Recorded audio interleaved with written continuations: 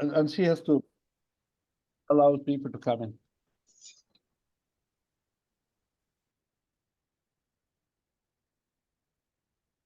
Chitrakshi, is it okay to start? Yes, sir. Okay, thank you. Thank you, Chitrakshi, and thank you, everyone. Friends and colleagues, it's my privilege and honor to welcome you at the 5th episode of the 10-episode webinar series on cities and climate change, with special focus on Chennai. As you know, this is 105th webinar of the series INHAF is running for the past 3 years on rethinking cities, especially rethinking Indian cities. This 10-part webinar series is special in the sense that it involves around a live action project INHAF is doing in Chennai called Climate Chennai. I think it is only appropriate that I share with you what the project is and what we are trying to do. The Climate Chennai project has probably 8 components or streams or main agenda items. One is to understand Chennai, and this I think is the most important, understanding Chennai city's preparation to meet the climate threat by knowing who is doing what among the key stakeholders. What is government doing? What is civil society doing? What is business doing? What is industry doing? That's the first part. Sharing that information and knowledge with the concerned people, I thought this was very important. We found out this was a big gap, that things are happening, but no one knows who is doing what. And I thought the need to kind of, share this information. Third is try and build a platform for sharing, learning, and co-action. This particular webinar series is one, and I think the very fact that we're doing this 10 webinar is a part of building that platform, identifying specific areas of advocacy for mitigation, adaptation, and resilience. That's the fourth thing. Then studying cities master plan and master planning exercise through the climate lens. We had started with this earlier. At one point, we thought we won't be able to do it, but more and more we work on it. We realize this is a very important part. We've got to kind of go into that in as much detail as possible. Working on, with others where possible, on decarbonization strategies and plans in the selected thematic areas. And then studying the state and the city's policies and action agenda for the vulnerable communities, important, and working on climate justice. This is the thing that we added most recently, by undertaking pilot action in selected vulnerable communities, both poor and non-poor. I like to say this is not correct to say that it's INHAF's project. It is Chennai's project, the city's project, its citizens' project, yours as much as ours, as it is one of the many efforts to equip Chennai to deal with the climate challenge adequately. We are not only debating key challenges, we are also informing and requesting you to join, help, share, strengthen this effort. Your input and contribution are needed. And this was something that at least I was trying to kind of push for last 1 year, that we are going to reach out to people and say, we need to join this whole effort. This is not only ours. The first 4 webinars in this series have debated first COP28 that took place in Dubai, and especially how it handled the urbanization matter in the context of climate change. Second is an overview of climate change in cities. That was our second webinar in this series. Third was urban flooding and extreme rainfall. And the fourth was urban heat island, which was the last week. And today's webinar is on urban transport. We have a very competent panel moderated by Dr. Raghunandan and we look into various dimensions of the transport in the context of climate change. This is the part of small introduction, big introduction on this particular meeting. But I also must take 3 minutes more and tell you why are we doing this webinar series, why we are on this for last 3 years, why this is 105th webinar, and what is it, why we are doing it, what has been experienced till date, and where have we reached in what we sought to achieve. I thought I just say this this webinar series has 5-point rationale. And this is important. I repeatedly say this because I think this is the message which very much like to get across, and that is this. Number one, that our cities are not in good health. Now, this is not a good thing to say, but that's factually correct, that our cities are not in good health, that they are saddled with major challenges in every sector, be that infrastructure or investment or planning or financing or governance or sustainable development or plant growth. Anything we are saddled with large number of challenges is the assumption based on which this entire effort has been put in place. Second is, we're still, the way they are growing and developing, the cities do not look like meeting the challenge of unprecedented urbanization India is witnessing, and it's not possible that we could do this adequately. Neither in form of providing safe and healthy quality of living to 870 million people expected to be in our cities by 2050, that is in 27 more years, or generate 7 to 8% economic growth. The country needs to get rid of its pockets of poverty, both rural and urban, and emerge as an economic power. Third consideration is the government efforts alone are not adequate to ensure healthy, livable, productive, inclusive, and sustainable cities. And this, for the fourth one, is the most important one, that the wider society, the human capital outside the government system, has the required skills, knowledge, experience, and even motivation to contribute meaningfully in search for alternative approaches and new solutions. And the fifth point that we have considered is this, that we are fast running out of time, that there is an element of emergency. We need better approaches and innovative solutions early, as delay is causing enormous harm to the planet, to the nature, to the environment, and to our people. This webinar series is as part of a wider national societal effort aimed at bringing in not only fresh ideas and new perspectives, but also new voices, new collectivism, new togetherness, new partnership, and energy in articulating the need for and ways to rethinking our cities. We need to rethink our cities, and that's an important message, both redefining the urban challenge and finding more effective ways to deal with it. It is taking the urban challenge to people. It is preparing them to engage and contribute.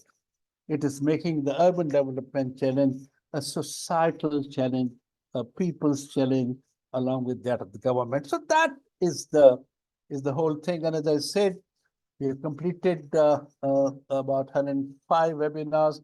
We are going back and saying how effective we have been in our communication and how far have we reached in terms of achieving even part goals and objectives. This is not the time to talk about it. Some other time, maybe I was thinking this morning that we would have one webinar fully on where we are and what have we learned. So with that introduction, let me hand it over to to Dr. Raghunandan to conduct the session today. And thank you very much for all panelists. You're very busy people, and I'm glad you're here, and we look forward to hearing you and your views. Thank you very much. Thank you, Kirtibhai. Chitrakshi, if you could get ready with my first presentation on the framing of the issues, that'll be nice. Hello, everyone, and welcome to this webinar. As Kirtiji has just introduced, this is the fifth of this particular series on stemming from the Climate Chennai study focused on Chennai. We've put together this panel not necessarily of people with background and experience of working in Chennai, but to look at the broader issues of the urban sector and transportation with a broader pan-India perspective or experience of other cities. While we have with us at least two speakers, Dr. Venugopal here, who's from ITDP on Chennai, and my colleague Karthik, who was supposed to be here to present our studies findings on the transportation sector, but he is unfortunately held up.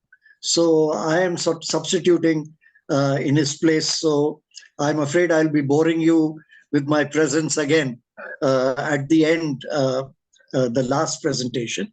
The two webinars we've had before this, apart from the introductory one on COP28 and an overview on the urban sector and climate change, have been on adaptation and resilience issues in Chennai. As Kirtibhai introduced, they were on extreme rainfall and on the urban heat effect. Besides that, we are focusing on some of the key mitigation issues as well. And this one is on transportation. Chitrakshi, if you'll go to the next one, please. Yeah. So we'll be dealing with two or three of the three or four mitigation sectors after this. We've got this one on transportation, followed by ones on waste and on the buildings sector, and finally on power generation. So as I said, this one is on transportation.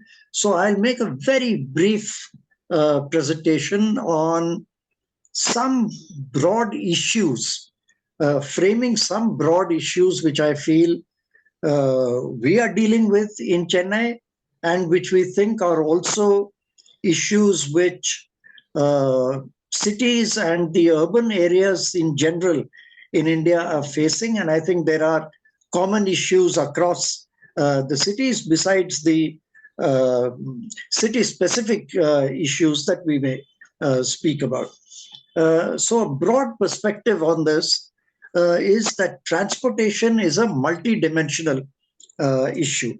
It is shaped by and in turn shapes urban infrastructure, the urban economy, the urban plan and form, the culture of the city, and city life in general. So although transportation has a major role to play in reducing emissions, which is a particularly important target, certainly in Chennai, which has formulated a city-based Chennai Climate Action Plan.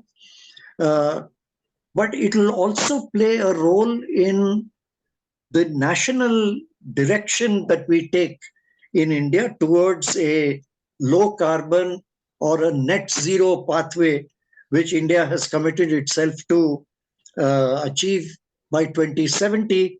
And Chennai city has taken it upon itself to achieve by 2050 in its Chennai Climate Action Plan. So although it has this major role to play on emission reductions, the measures that we take with regard to transportation must take into account all these other aspects we spoke of earlier, of infrastructure, of economic life, how the city is structured and planned, its culture, etc. So the issue that we have to look at is, how are such mitigation measures to be conceived or planned? It's not a simple exercise like, let us say we want to reduce emissions from coal-fired power plants. It's a fairly straightforward single issue thing. While it may have some related issues, you basically have to bother about the plant itself and how to reduce emissions there. But transport is a multi-dimensional issue. We have to take many issues into account. Next, please. Yeah. So far, India's NDC basically comprises three major sectors: emissions intensity or energy, or emissions efficiency, energy efficiency, power generation, and forest or tree cover.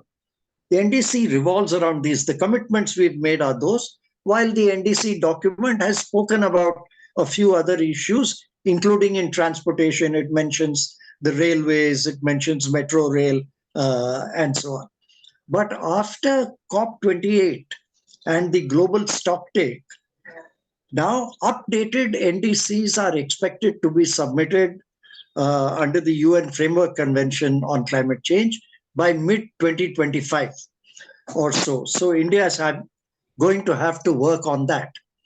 And documents of the COP28 have also made clear that these updated NDCs should be economy-wide and multi-sectoral. So obviously, India cannot be sticking just to these three main sectors. We have to go cover a lot of other sectors also, and look at the economy as a whole. And within that, to frame these issues. Clearly, transportation, especially urban transportation, can and should make a major contribution towards this. I don't think that we can escape that, because transportation is the second or third largest source of emissions in India, and the perhaps fastest growing source of emissions has been in transportation. So we have to take that into account. But if we do so, there are advantages as well, because major transformations in the transportation systems of the country, whether it is urban systems or it is intra city systems, is that they can drive major transportations in major transformations in the transport sector. It can also drive major changes in urban development, as well as major changes in industry, particularly in the automotive sector. So how can this be conceived as a multi-dimensional, multi-pronged effort at simultaneously addressing urban transportation while also addressing these larger interconnected issues? And how can one, as a group of people who are interested in this, consisting of groups of experts, social movements, etc., how do we get together in an advocacy effort to include this in India's NDCs in the next round? Next, please. Linked to this is, how do we visualize these changes in the transportation sector, particularly in urban transportation, in terms of either existing policies or what we can think of as potential new policies. Some existing policies can clearly be leveraged, perhaps with some changes, modifications, etc., like the FAME policy on introduction of electric vehicles, a new policy announcement which has been made focusing specifically on EV buses.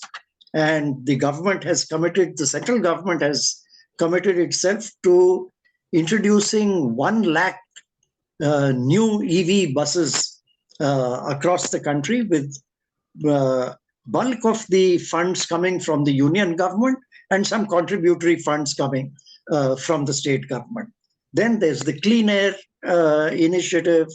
There are urban-specific plans like Amrit, etc. There are many plans which can be leveraged to bring about transformations in urban transport that we seek. But do we also need, apart from leveraging these separate existing policies, do we also need a new policy on urban transportation?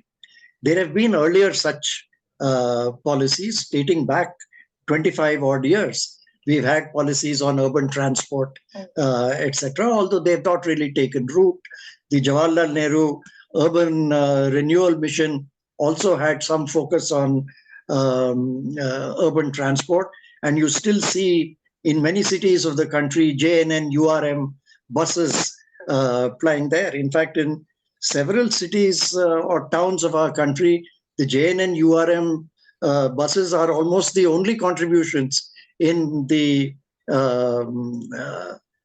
public transport system.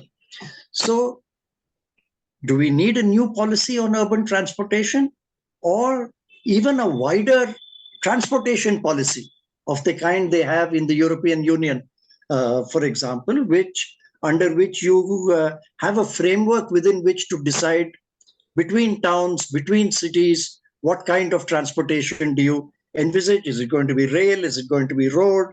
Is it going to be high-speed rail? Is it going to be by air, etc.? Rather than in India, sort of sporadic ad hoc moves about different modes of transport between cities. While we grapple with these questions of national level policy, requiring advocacy efforts, etc., what can cities or states do on their own, or by leveraging existing policies of the kind I mentioned above? Chennai has embarked on a climate action plan of its own, and we'll be looking at that in more specific terms to see what kind of policy frames they are thinking of, how they are planning to implement those leveraging existing policy frames, whether this kind of action is feasible for other cities as well. Do urban governance systems allow for those? These are, I think, some of the issues that we would be grappling with, and I hope in one way or the other, all the speakers would be covering these issues directly or indirectly as they make their presentations. And I hope we will have time towards the end in putting all these strands of discussion together and taking them up to see where we stand. I'll stop there with these issues. Chitrakshi, that's the end of it, right? Yeah. So thank you. And I'll just stop with that. And I will now ask Anumita to kick off our discussions with her presentation. Anumita, 15 minutes, please. Right. Thank you so much, Raghu. And this has really been an amazing opener, both from Kirtiji and you, to set the whole agenda and the agenda for discussion forward. So it's been very insightful. I'll just share my screen first.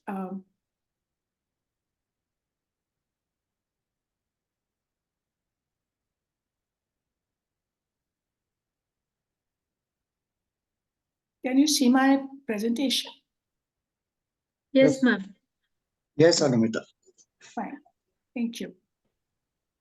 So clearly, like what you have said, Raghu, it is so clear that the transportation agenda today has to take on two massive and very big environmental agenda today. One, that how can transportation action contribute to the local challenge of clean air and public health, and also the global challenge of climate change, which you have explained so well to us. Now, this is something where we really need to deepen our understanding that what is the role of transport in contributing to improvement in and meeting the public health benchmark, as well as reducing the climate or the carbon intensity of the mobility.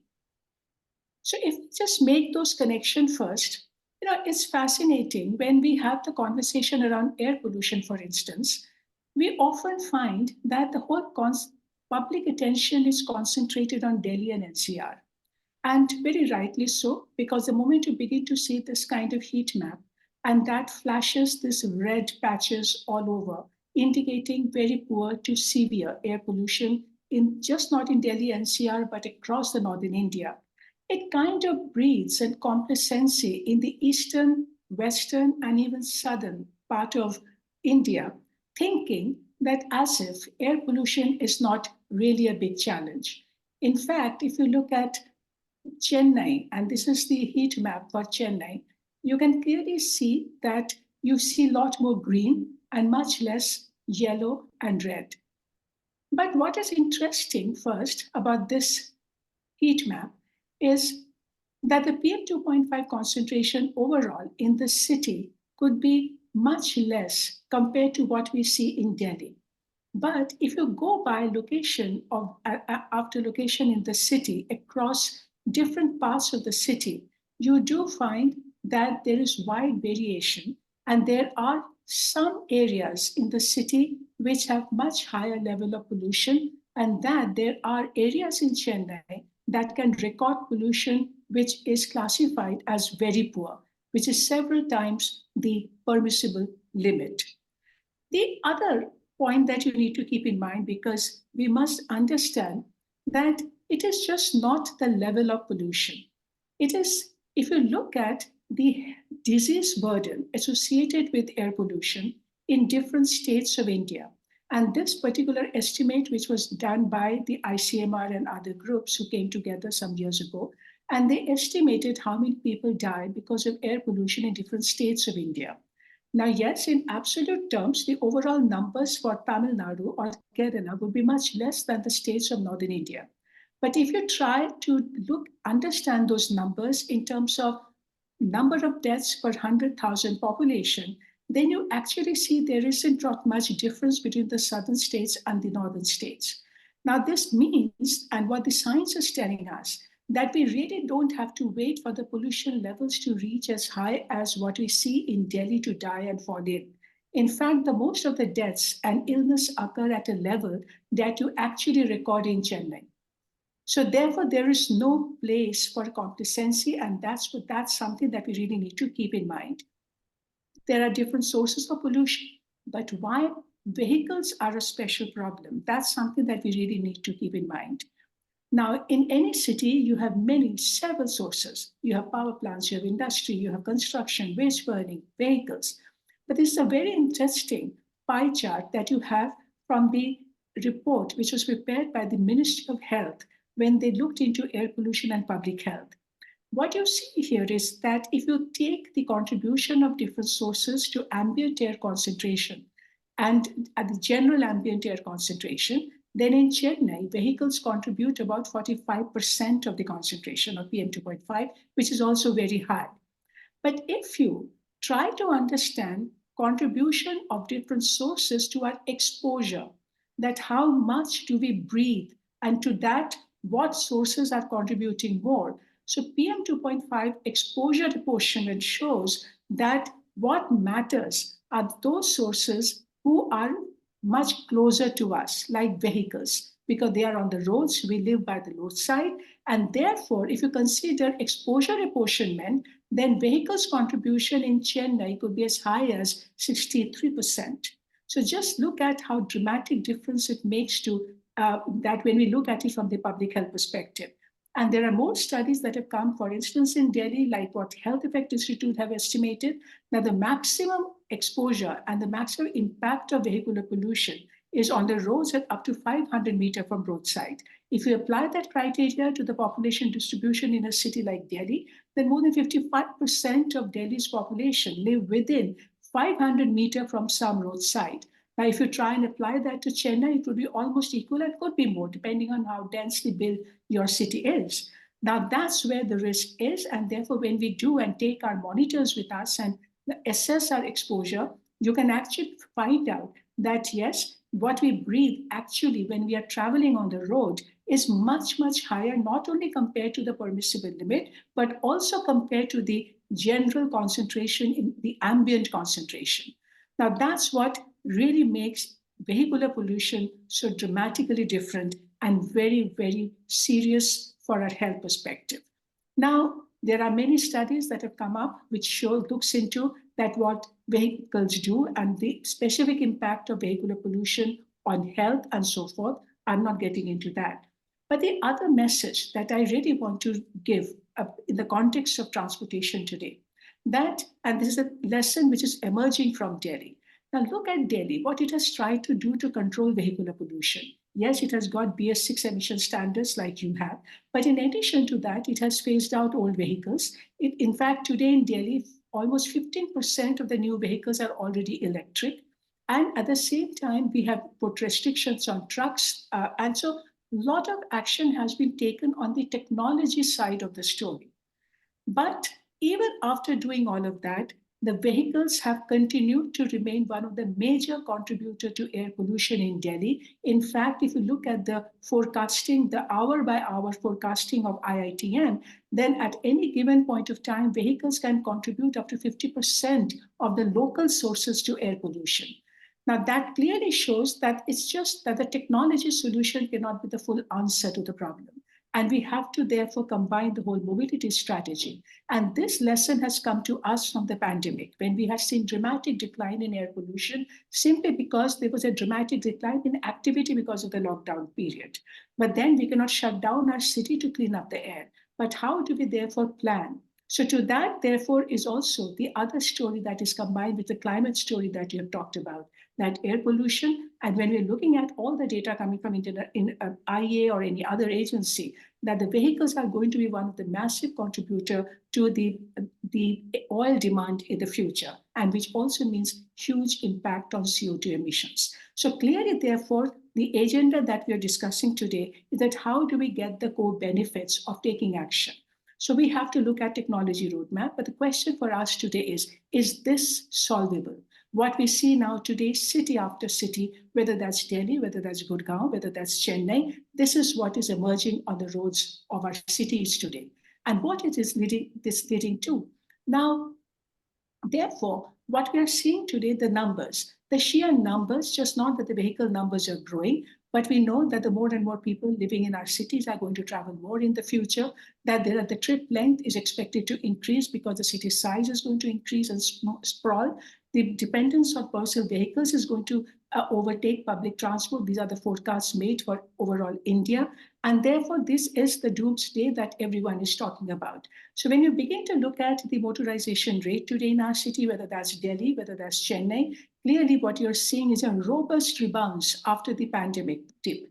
And therefore, this is the pace at which the new motorization is taking off in these cities. And therefore, do we have a blueprint to deal with it? Because when you look at it, that this whole motorization today is dominated by two-wheelers and cars, and also the steady shift towards the bigger and the heavier engines. The SUVs today are already 35% of the new car sales. And yet, every time we say that when all these negative trends are becoming so bullish, but at the same time, we always try to understand our opportunity. And when we look at the census data for the work trips, we know that even today that the majority of our people are still walking, cycling, and using public transport.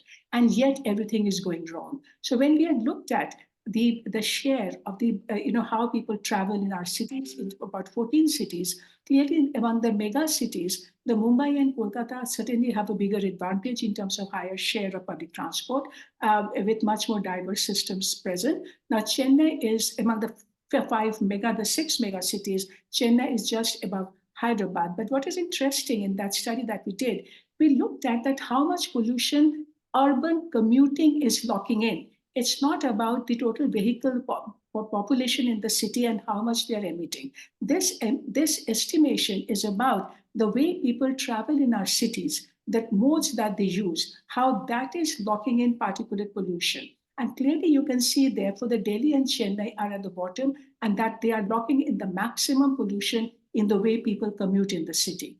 Now, these are some of the telltale things that we see and the congestion building up. And what is emerging today is clearly that the strength that we had is we are increasingly losing that strength. So today, what is the irony is that when the travel demand is growing continuously in our cities, we are seeing bus ridership coming down continuously in all the STUs. And the declining ridership, the pandemic kind of had a major impact on their earnings. So they are finding it very tough to recover their ridership today.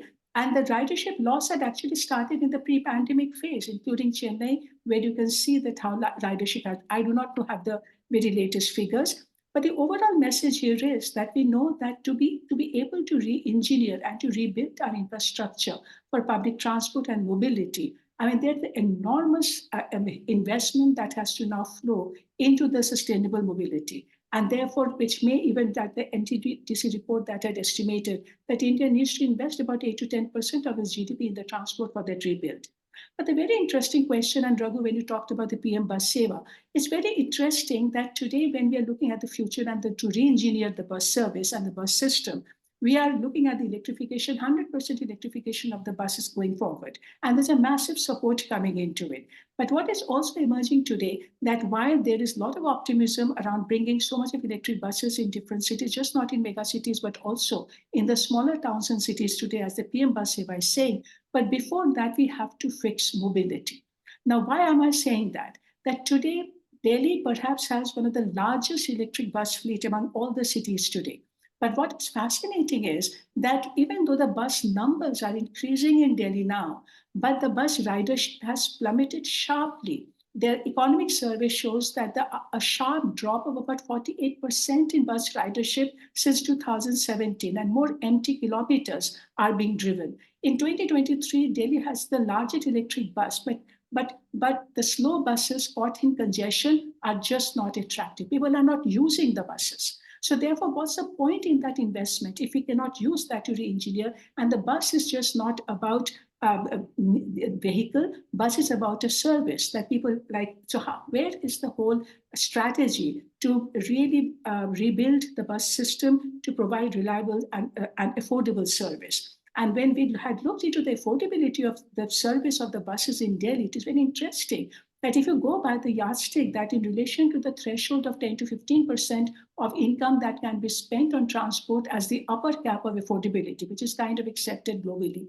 And when we applied that to Delhi, we realized that about 1/3 of the Delhi's population stand excluded from basic non-AC bus service because they cannot afford the basic bus fares. Now, therefore, there are a whole range of issues that are emerging today. When you look at the taxation, that the buses get taxed more than the cars, and a lot of the equity issues that are emerging today. So that's one part of the story. This other part of the story that we have to also address is that whole sprawl and the way urban planning is happening today.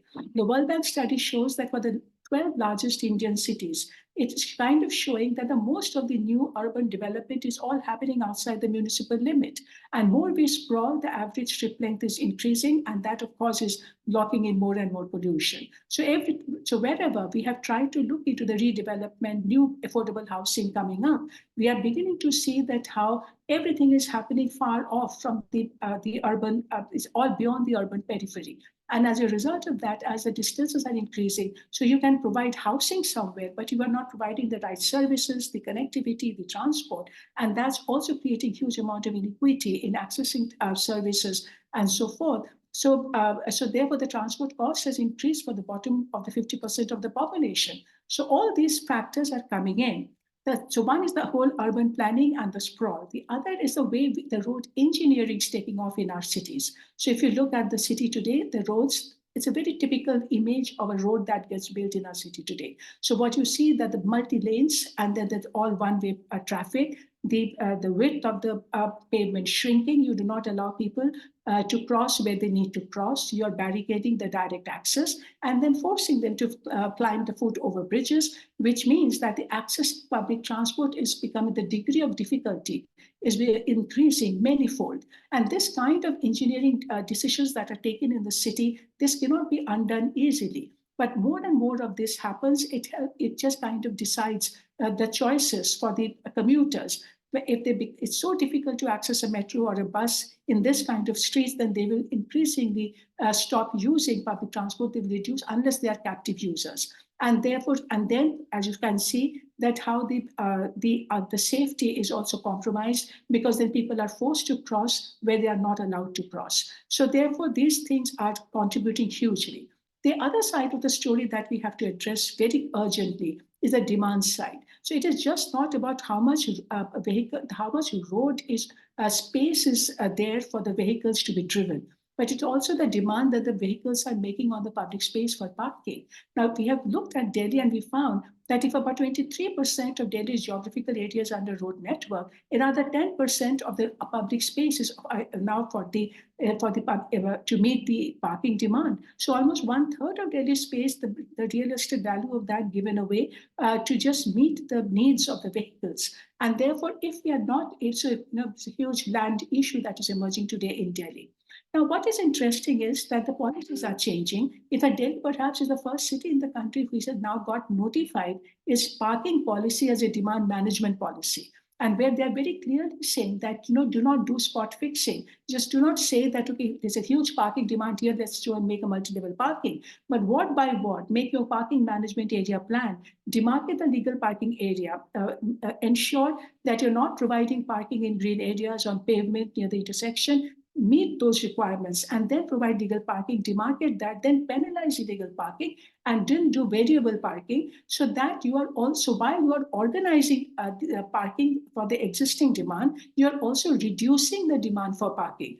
But then, even though interesting pilots have happened and we have seen interesting changes after the parking management area plans were implemented in some parts of Delhi. But then this is not scalable. There's a huge resistance today, and we have not been able to take this forward.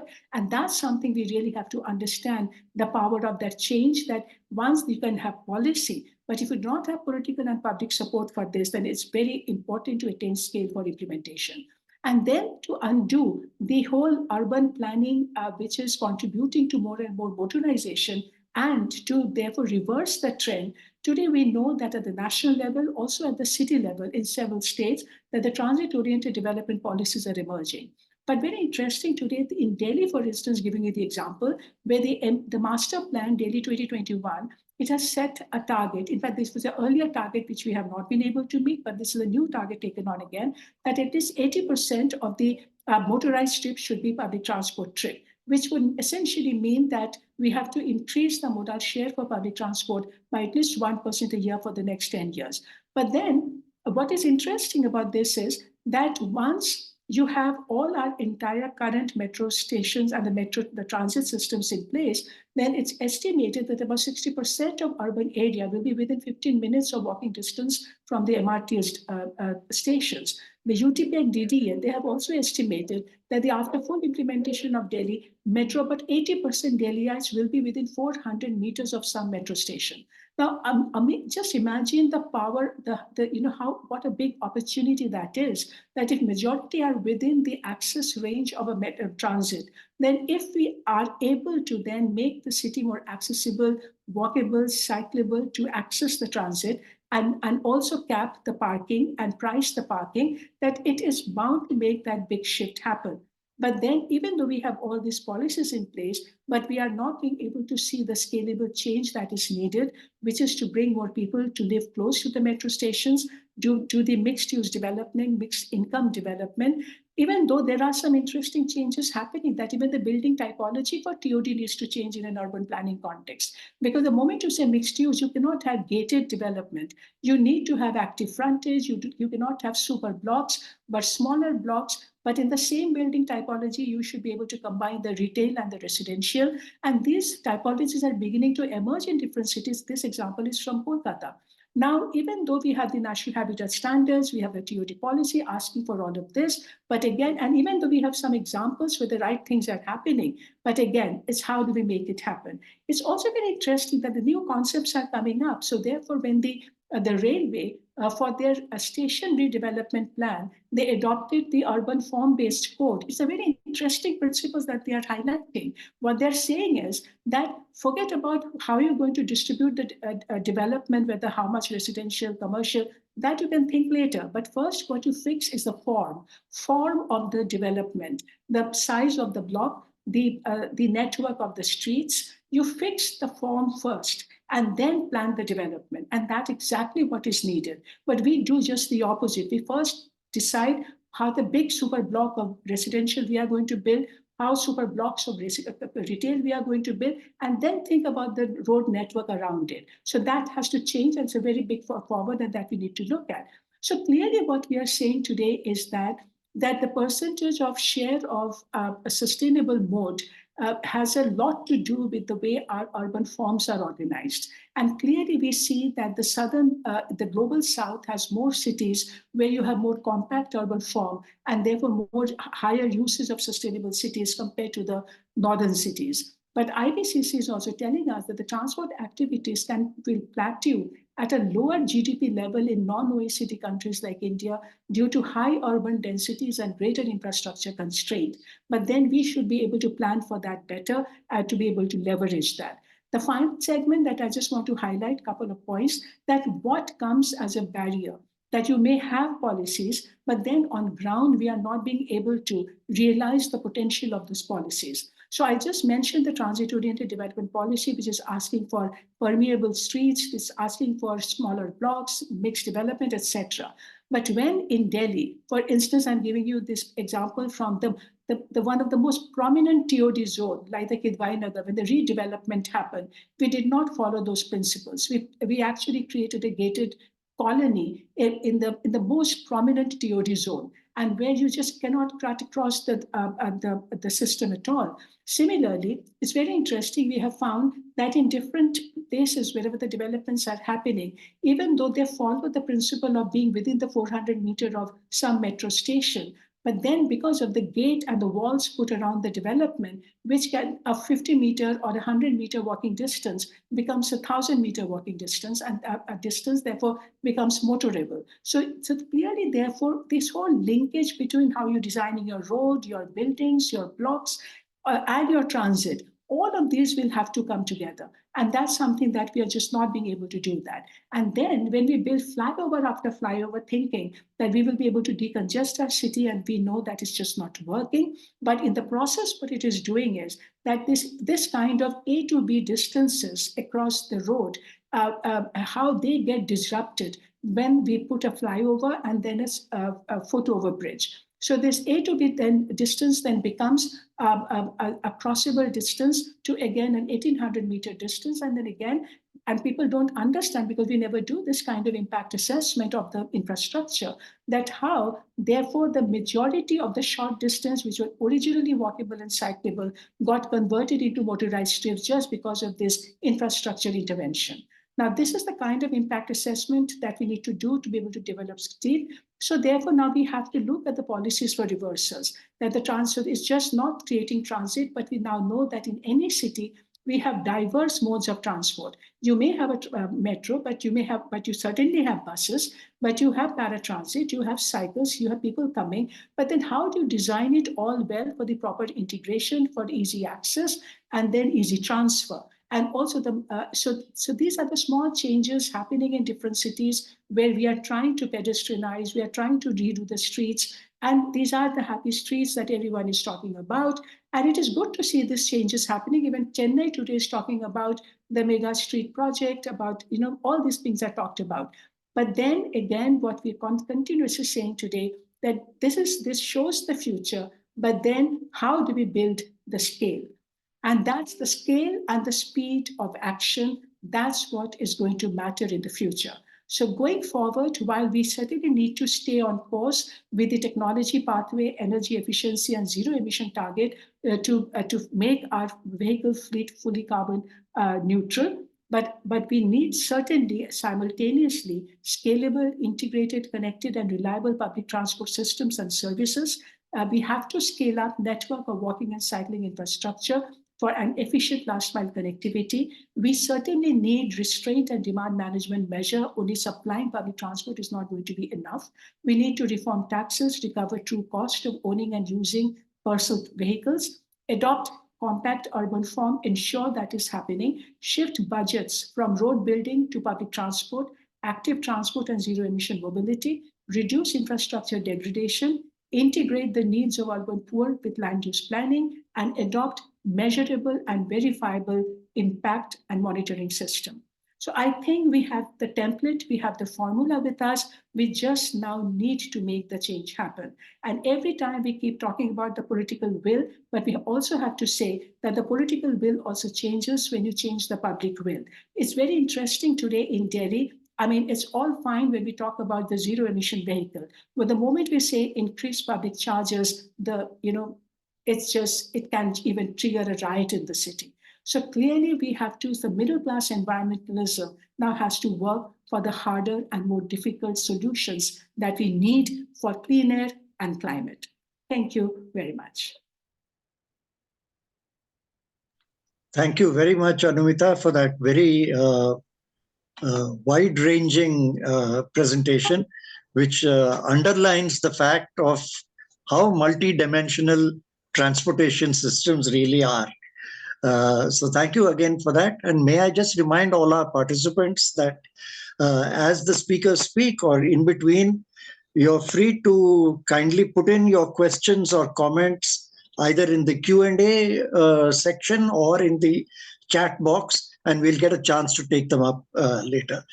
Without further ado, may I now request Professor Geetam Tiwari to speak. Geetam ji? Yes, thank you so much. Let me just share my screen and I will start right away. I guess people can see the presentation now. Yeah. Yes. Yes, so in this short presentation, first of all, thank you, Kirti ji and Dr. Raghunandan for organizing this. In fact, I have been attending all your previous webinars also. They've been amazing and very insightful. So in this short presentation, I thought, let me just highlight about, we all keep talking about the appropriate transport systems. You, in the beginning, made those remarks, transportation is multidimensional. Anumita has shown a lot of data on what is happening, the externalities caused by transportation. So what is an appropriate transport system for cities? So that is what I would like to focus on. And actually, it is out of this report. I've given the link to this full report. Whoever is interested can look at that. Okay, what do we want from a public transport? So I'm not getting into the benefits of public transport. I think those are well established, whether we talk about local or global externalities. So, of course, if you look at it from citizens' point of view or the system providers, we are looking at public transport system that can ensure mobility to majority of the citizens. And it can meet the reliability and comfort offered by private modes of transport. And for our cities, actually, the understanding that the ownership of motorized two-wheeler is at least 4 to 5 times more than cars. So it's motorized two-wheelers that is really competing with public transport. And this is very, very important aspect we have to understand while we start providing public transport. So just one slide on giving that if you just see here, there are a lot of research by different groups here and showing that what are the benefits in terms of greenhouse gas emissions of different transport modes. And you see that the main thing which is emphasized here that even an electric car is 1.5 to 2 times worse than a diesel bus. So it goes, really highlighting that how important the public transport, whether it's any kind of bus, but of course, electric bus is going to be better than a diesel bus. And this is what I was showing you earlier, that even the 2017 data is showing that 60% urban households own motorized two-wheelers. So when we are thinking about introducing public transport, which is going to solve our problems for climate, for local pollution, for congestion, but we really are competing with the economy, comfort and convenience of a motorized two-wheeler. Okay, when as a commuter, we are deciding what modes to use. I think for commuters, most important is convenience, reliability, comfort, and risk in this order. So, as a pedestrian, of course, when we look at our data, the risk is very high. As motorized two-wheelers, we find in our data the risk of getting in traffic crashes are very high. However, the convenience, reliability, and comfort overrules the risk perception. Because for individual, risk remains low because it depends on how many times you do the activity, and people who actually get involved in fatal crashes, there is no learning. So that's an important also idea to understand. And since public transport is provided by government or operators, what are they looking for? So they are really looking to improve their load factor. More people should be using the system. All the benefits that get calculated by providing metro or by providing buses is linked to number of people using it. So, and here the load factor is really that we are competing with motorized two-wheelers. So how does the bus that we are providing or the metro compare in terms of reliability, comfort, and convenience with respect to motorized two-wheelers? And the numbers that Anumita showed earlier, that in Delhi we are finding, and almost Indian cities, that even after providing increasing number of buses, the ridership is not increasing. And the reason is very clear, because are we providing comfortable, convenience, reliable bus service, or we have just provided the technology, electric bus? So this one very quick exercise I always like to show, and this really gives a good understanding. If I'm doing a 3-kilometer trip and I have various modes to uh, do this 3-kilometer trip, and I'm just going to, so if I walk, it's going to take 25 minutes. If I bicycle, it's only 12 minutes.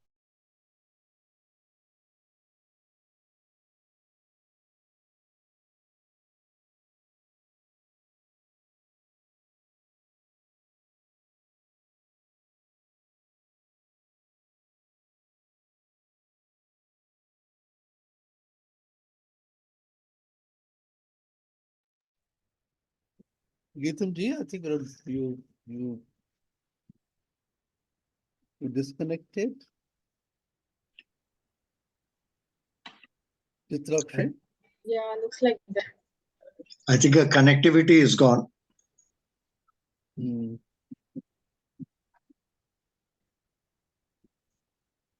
So Do Raghu you sir, have a Do you have a number, Chitrakshi?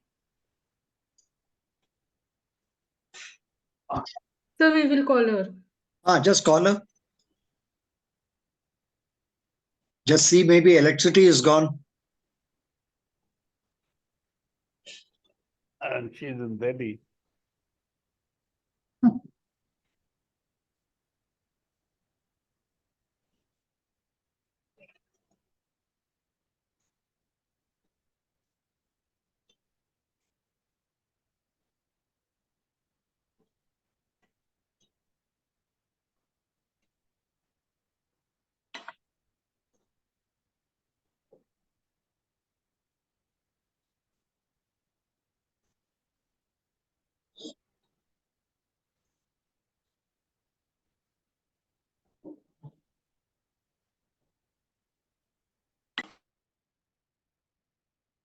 Sorry, I lost this connection for a few minutes. Okay. I'll just quickly I reshare was it. just trying to reach you. Okay, thank you. No.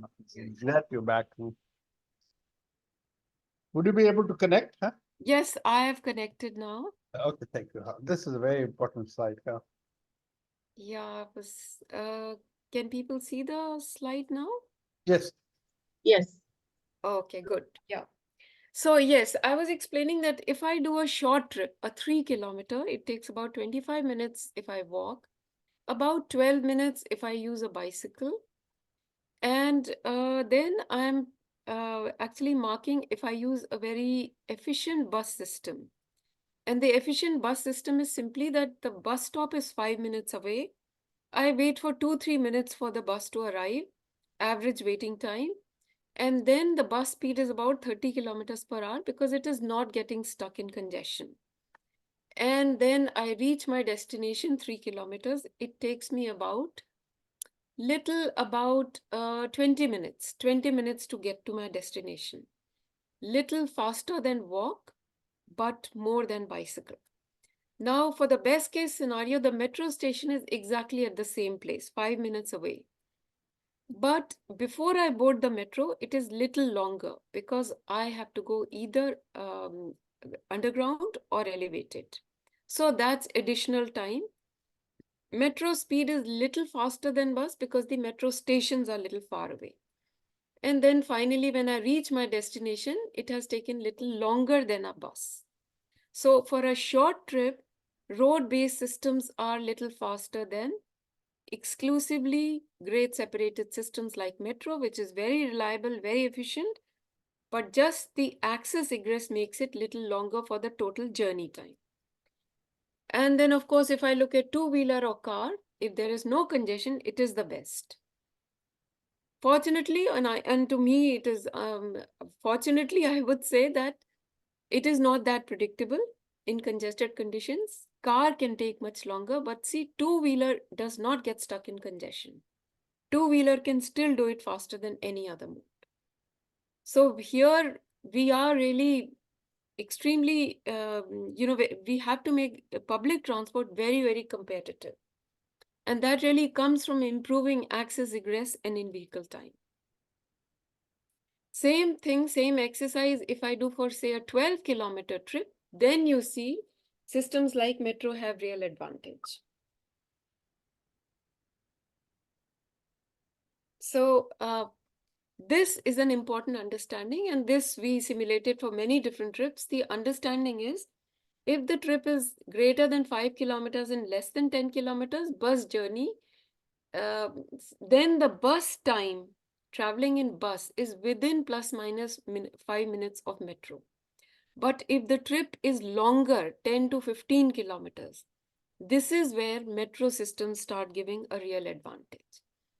So having this understood this, now let us look at what kind of trip patterns do we have in our cities, because our cities traditionally have been compact, mixed land use and high density. So when we look at our census data, we found that this is the distribution you see. Less than 5 kilometers of any city size that you see here, ranging from 1 to more than 80 lakhs, 8 million. About more than 30% trips are within that. For smaller cities, the share is much higher. More than 55% trips in small cities are short trips. What happens to other trips? 5 to 10, 10 to 20, and then you see the longer trips, which I showed very useful, very reliable. I mean, that is where the metro gives you the major benefits. Very, very small percentage. Even in large cities, we don't have that much. Next thing we explored in this report was looking at affordability. So, using actually the same indicator that Anumita was suggesting, 10 to 15% of your income should be used for transport. So we estimated that minimum household income required for one person to travel by metro, the household income has to be 36,000 per month. And when bus travel is concerned, and this is using Delhi data, the household income has to be 12,000. So based on this, we found that only 10 to 18% of the population, only in a few urban districts, can really afford bus system. And when we talk about metro, this percentage goes down to 4 to 5% only. So here we are showing the distribution of households where the monthly income is 36,000 for different city sizes. And we find that proportion of trips which are more than 5 to 10 kilometers varies from 20 to 40%. And proportion of trips which are more than 10 kilometers is only 11 to 17%. And proportion of trips which are longer than 20, and this is where metro will really be very attractive, is only 7 to 8%. Same exercise we did for in households which are likely to use bus systems. And here also we find that it varies between 8 to 18% minimum. So now, putting these two things together, trip length, distribution by city size and incomes, what people can afford and what kind of trips we have in our cities, we find that 10 to 18% of the population in 10 urban districts can use a metro system. 4 to 5%, 4 to 5 and 6% of the population living in districts with population of different sizes that are shown here, that is where the trips are longer and they can afford a metro system. And only 2 to 3% of the population will travel longer than 10 kilometers, and these lengths would be very attractive for metro systems. All right, so now as a city designer or people like us who are worried, I mean, the city planners, the decision makers, the other stakeholders, we want to have an appropriate public transport system. And we should be looking at what is an appropriate public transport system from passenger point of view, from operators point of view, and from social perspective, climate change, local pollution, etc. So from passenger point of view, of course, the commuter is looking for comfort, reliability, and also which is actually provided by private modes of transport. The commuter is also looking at total walking distances for passengers in one-way trip. This is where we are looking at the quality of access and egress. I can use a metro. I may be living only 500 meters from the metro system, but if the quality of that access trip, pedestrian infrastructure is not attractive, then I'm not likely to use it. And then what is the total delay to every passenger, every trip is also important as far as passengers are concerned. What about the operators? Operators are looking at system capacity. If I run a bus system, if I run a metro, I want people to use it. Only then I will get the full revenue. And this really depends on system design, the frequency. Buses will become attractive for people if they have exclusive right of way, if they don't get stuck in congestion. Operators are looking at better commercial speed, and this better commercial speed also comes from exclusive right of way and stop spacing. An average per stop delay and junction delay is also coming from whether on our junctions we have given traffic priority to public transport and road design. So a lot of operator indicators are really dependent on the way we are designing our system. Infrastructure, the way we are designing our traffic management system, that is what is impacting the services that we are providing from buses. And then social indicators, yes, the most important social indicator will be that when I provide a system, what is the potential of private transport to shift to the system that I have provided? If I provide a metro system, what is the likelihood that people from two-wheelers and people from cars are going to shift to metro? Similarly, if I provide electric buses or any bus service, what is the probability how many people are going to shift to this? So this is where we have to actually start understanding that the shift will occur only when I meet the commuter demand. If I'm not able to compete in terms of reliability, not able to compete in terms of comfort that is being provided by private mode of transport, then the shift is not likely to happen. And what is the potential for retaining existing public transport? Because we've seen that already in Indian cities, large number of people are using bus systems. They are captive users, but how can we make them choice users? Even when they have option of using a public motorized two-wheeler or a car, they should prefer to use public transport. All this comes from design. It is not about commuters' attitude, and allowing universal access, barrier-free mobility primarily. So now these 5 questions we can answer in order to decide what is an appropriate public transport system for any city. How to reduce dependence on private motorized modes, clearly understanding what is commuters' preference. How to retain current public transport users as income and vehicle ownership grows. So again, we have to see how we design our infrastructure and system operations that these people who have choices of using other modes of transport prefer to use public transport. And how to increase share of public transport users and pedestrians and bicyclists, all leading to net zero emissions that we are targeting from transport systems. And this is dependent on infrastructure and system operations. What proportion of population can be served by the selected system? And this is where we have to get an understanding of trip length distribution and affordability. We can make a very large metro system, but it is only attractive if I'm doing a long trip. If I'm doing a short trip, other modes are more attractive.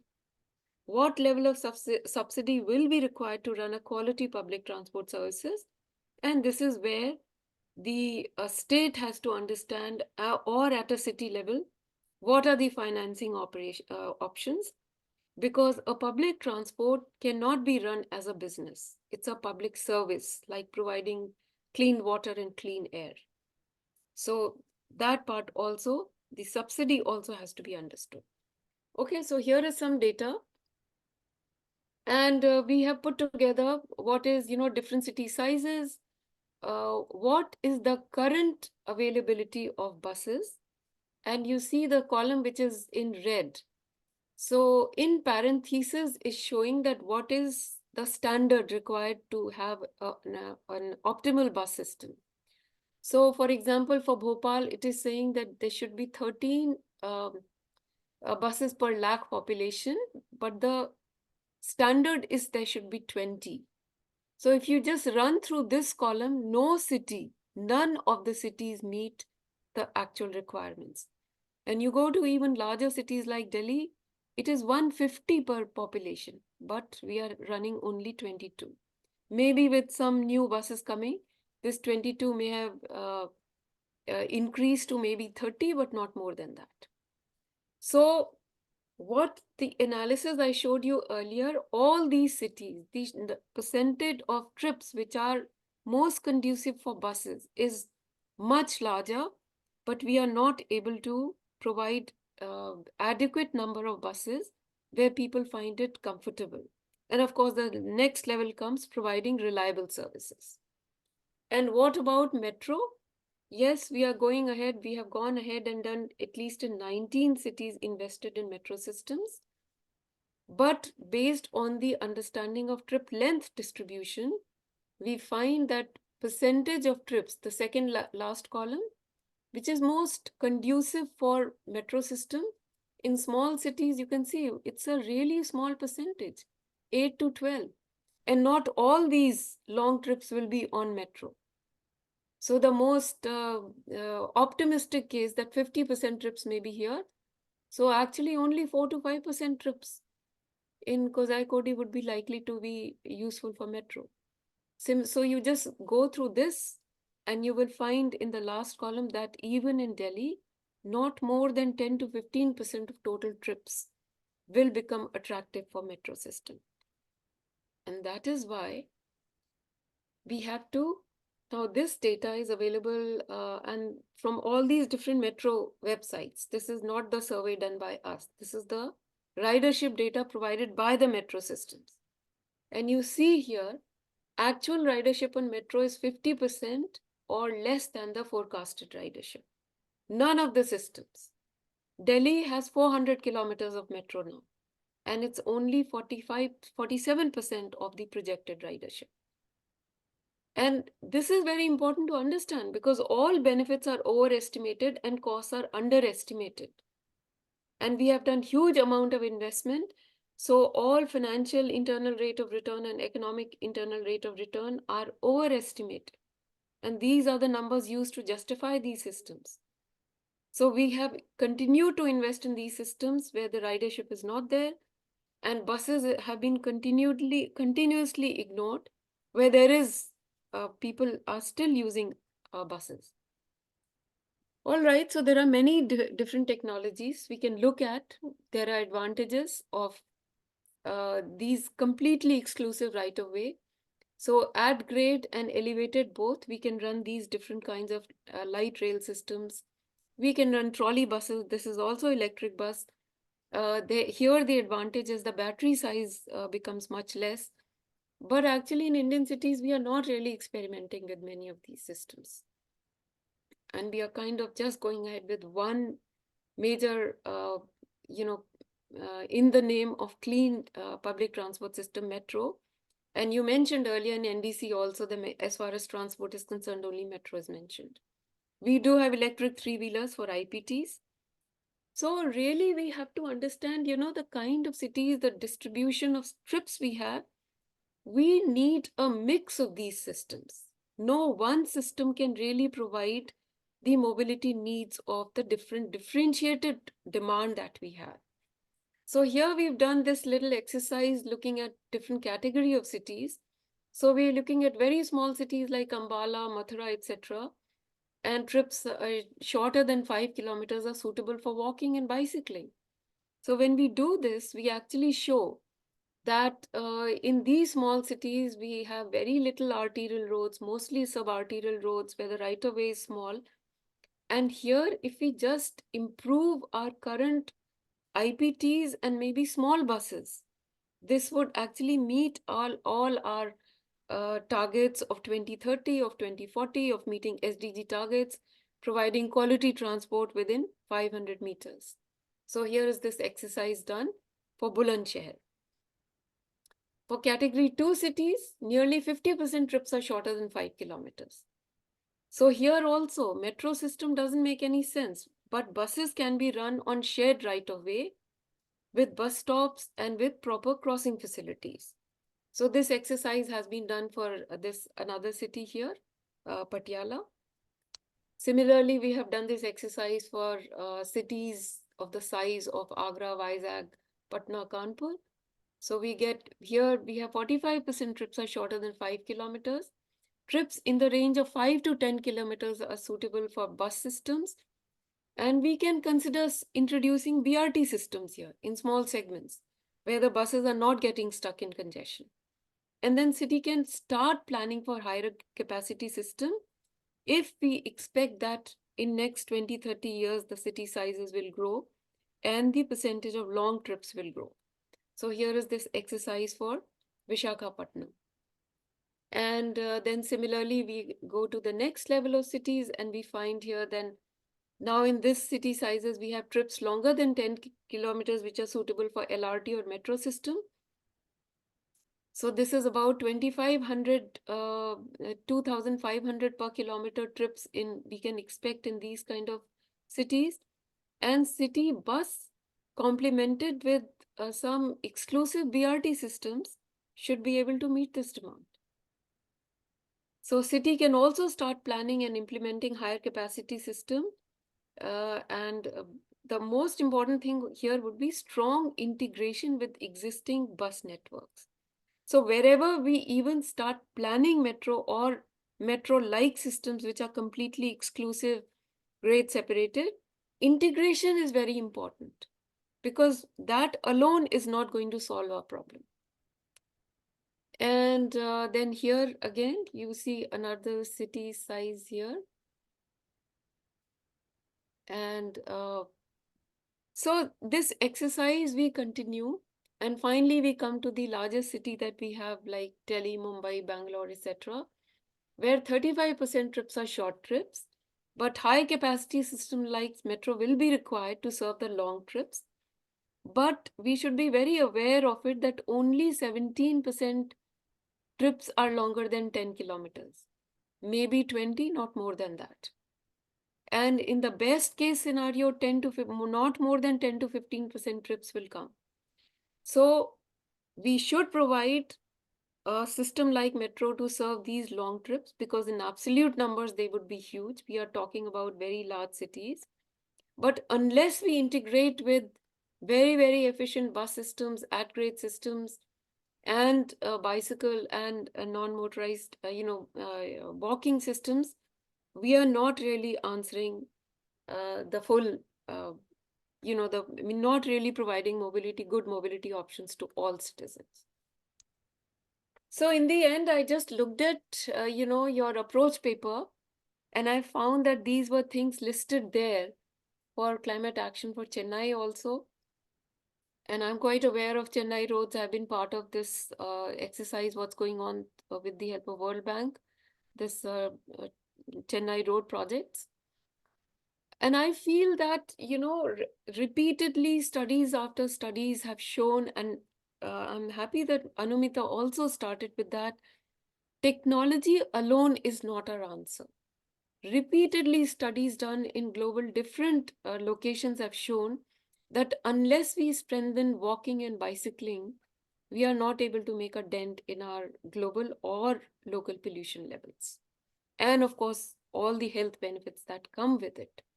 So really, non-motorized transport should be given the highest priority. And if you look at Chennai Road also, it is very easily possible to do this.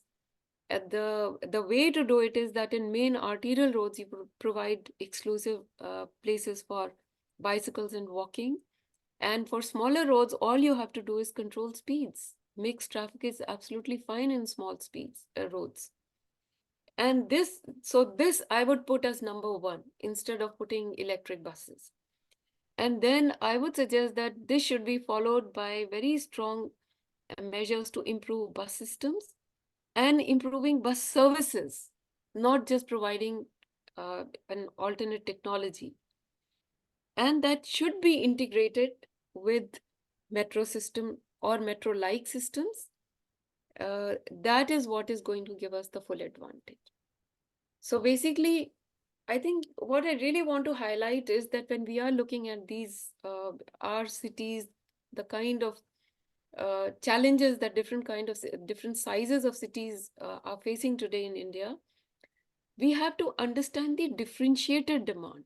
Different public transport systems are suitable for different travel patterns.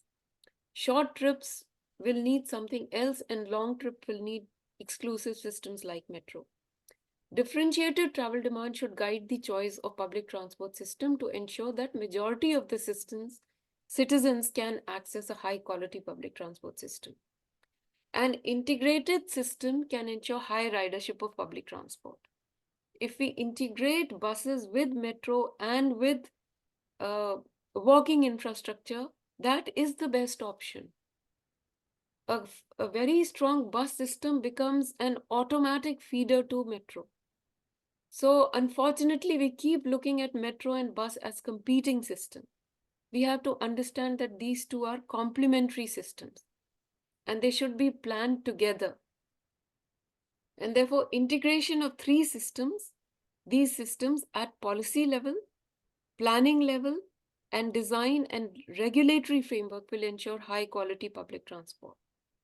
So bus routes running on parallel metro network serves as feeder mode. It is not competing mode because bus is going to meet the demand of short trips and special feeder buses are not required. Investments in metro systems alone has not addressed the requirements of public transport. We have ample example from Indian cities also. And actual ridership has been less than 50%. I showed you that data. Current bus availability has serious deficiencies in all our cities. So bus systems require priority investment to improve and to serve quality and compete with motorized two-wheelers. And metro and bus systems must be integrated at all levels. And this is a major lacuna, and this requires a new institutional mechanism. At present, we do not have this mechanism in any of our cities which can do this kind of complete integration at policy, planning, financing, operating, and infrastructure level. So this is where I would like to stop. And again, I would just reiterate that basically it's the understanding of differentiated demand and understanding of these different systems is what is really required. Thank you. Thank you very much, Geetamji. Thank you. And without further ado, I'll ask Dr. Venugopal to please make his presentation. Yeah, thank you. Thank you so much.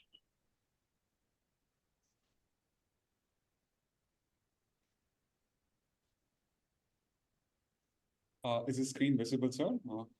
Yeah. Thank you so much, everyone. It's been an insightful discussion so far. And picking on one of the last points that Professor Geetam Tiwari mentioned on the importance to prioritize non-motorized transport, I'll try to contextualize the discussion so far into slightly more to the Chennai context from some of the works that Chennai has been doing, especially in the non-motorized transport space. The image that you see is of pedestrian plaza. More images to follow for those of you who haven't been. My name is Venugopal. I'm a program manager at the Institute for Transportation Development Policy. I'll keep the presentation brief, but I'll just cover two parts. One, while it's been very insightful that the organizing team has been doing a series around Chennai, and thanks for the opportunity as well. I'll share more specifically on what the journey has been and some of the ongoing works so that we can pause and reflect on some of the learnings. Some things have worked, some things haven't, and there are learnings for the city to take it forward as well.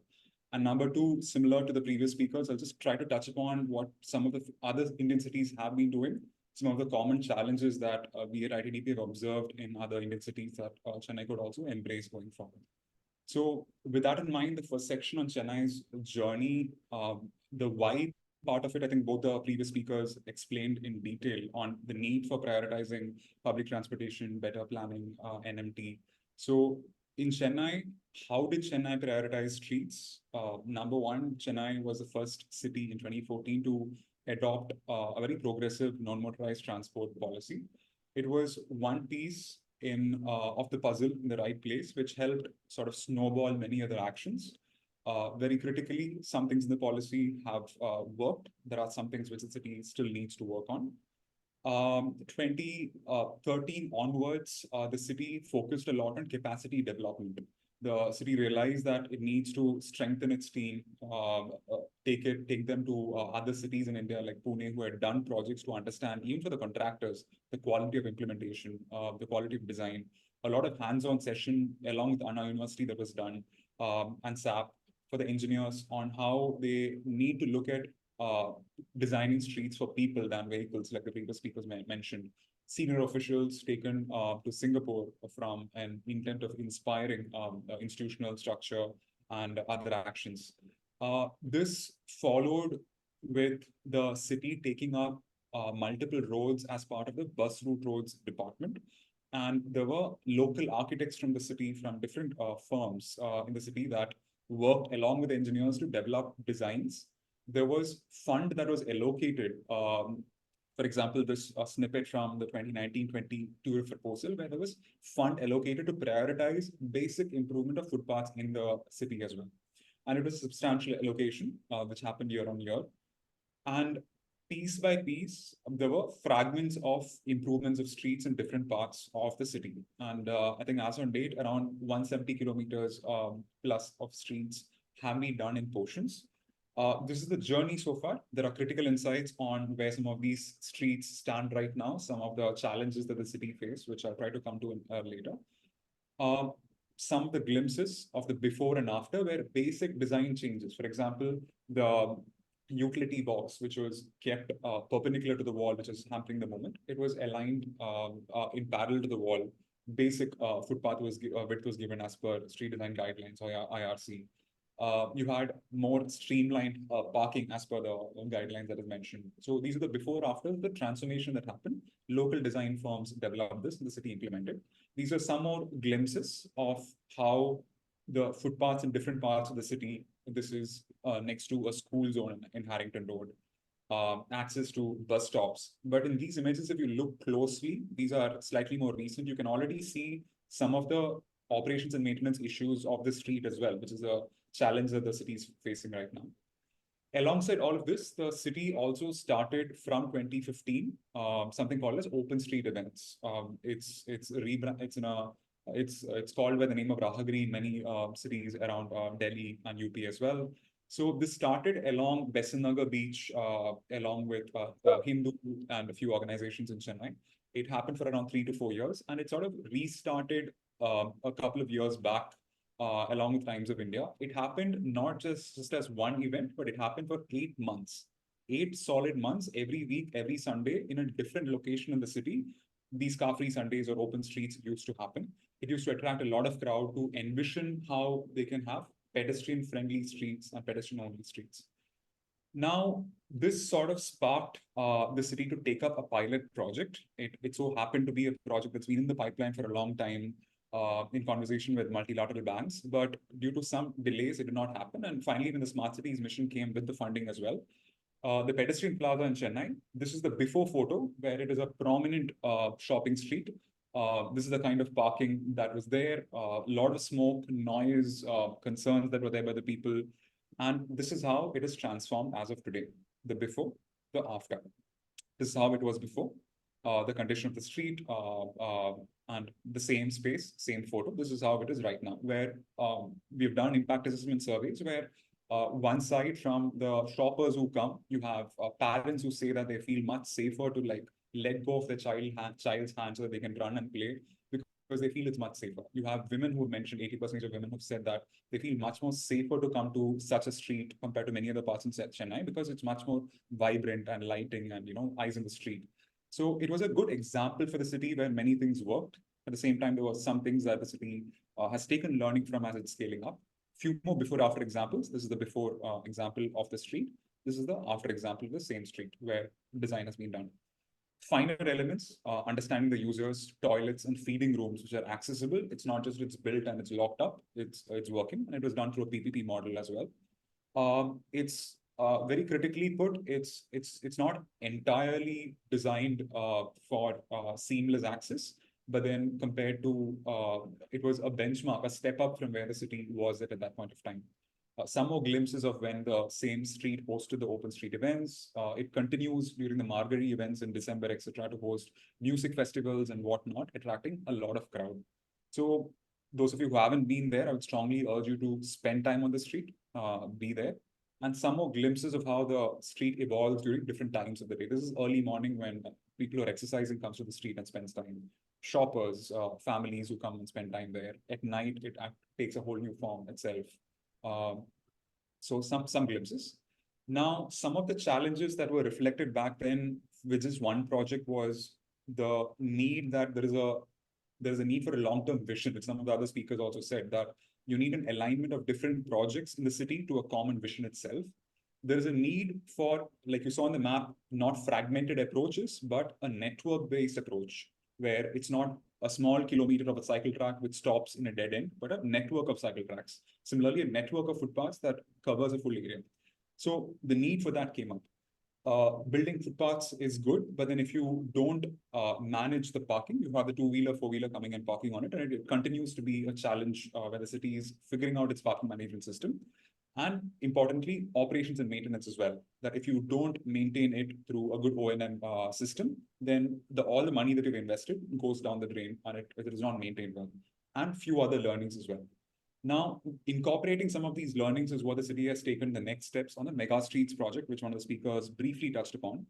In a summary, for those of you who are not aware, the Mega Streets project is this, where they have taken the same network-based approach across 6 packages or 6 neighborhoods in Chennai that are mentioned here. Not going into too much detail, but there are 6 consultants across local consultants and national consultants who have come on board using a robust RFP. They have developed designs for it. There is a World Bank Chennai City partnership which has helped streamline this project along with a few other projects in the pipeline. And these are some glimpses. For example, it focuses on mobility, which are safer streets for all the users. Number 2, livability, about managing parking, vending, neighborhood planning, creating iconic spaces. And it looks very importantly at utilities. That is the elements under the ground, because very often you have the surface elements that are done, and the next day another utility department comes and digs it up, and the cost is lost. It's additional cost, a lot of inconvenience, and it reflects a lot of lack of planning. So integrating utilities is also something which the city is looking at this, and the DPRs for this for many streets are already prepared and others are in the pipeline. These are some glimpses of the proposed transformations. This image that you see of MC Road in north of Chennai, the Bhumi Puja just got done, I think last week, and the construction has commenced as well. So 2 streets, the construction work has already commenced as we speak, and a few more are in the pipeline. Alongside this, to the first point of network planning, the city realized the importance of multimodal integration as well, which some of the speakers earlier mentioned. So there are a few multimodal integration projects of connecting with the suburban metro rail, bus systems, and even the metro systems which happen to be in the area, how to make it more seamless, to understand the users, their needs, so that they have a seamless system in place so that they feel like taking up this choice itself. Towards the intent of having a common vision and working towards it. As per the NUTP, though UMTAs were mandated and there were many UMTAs set up across this city, a very handful of them, or hardly any, were operationalized.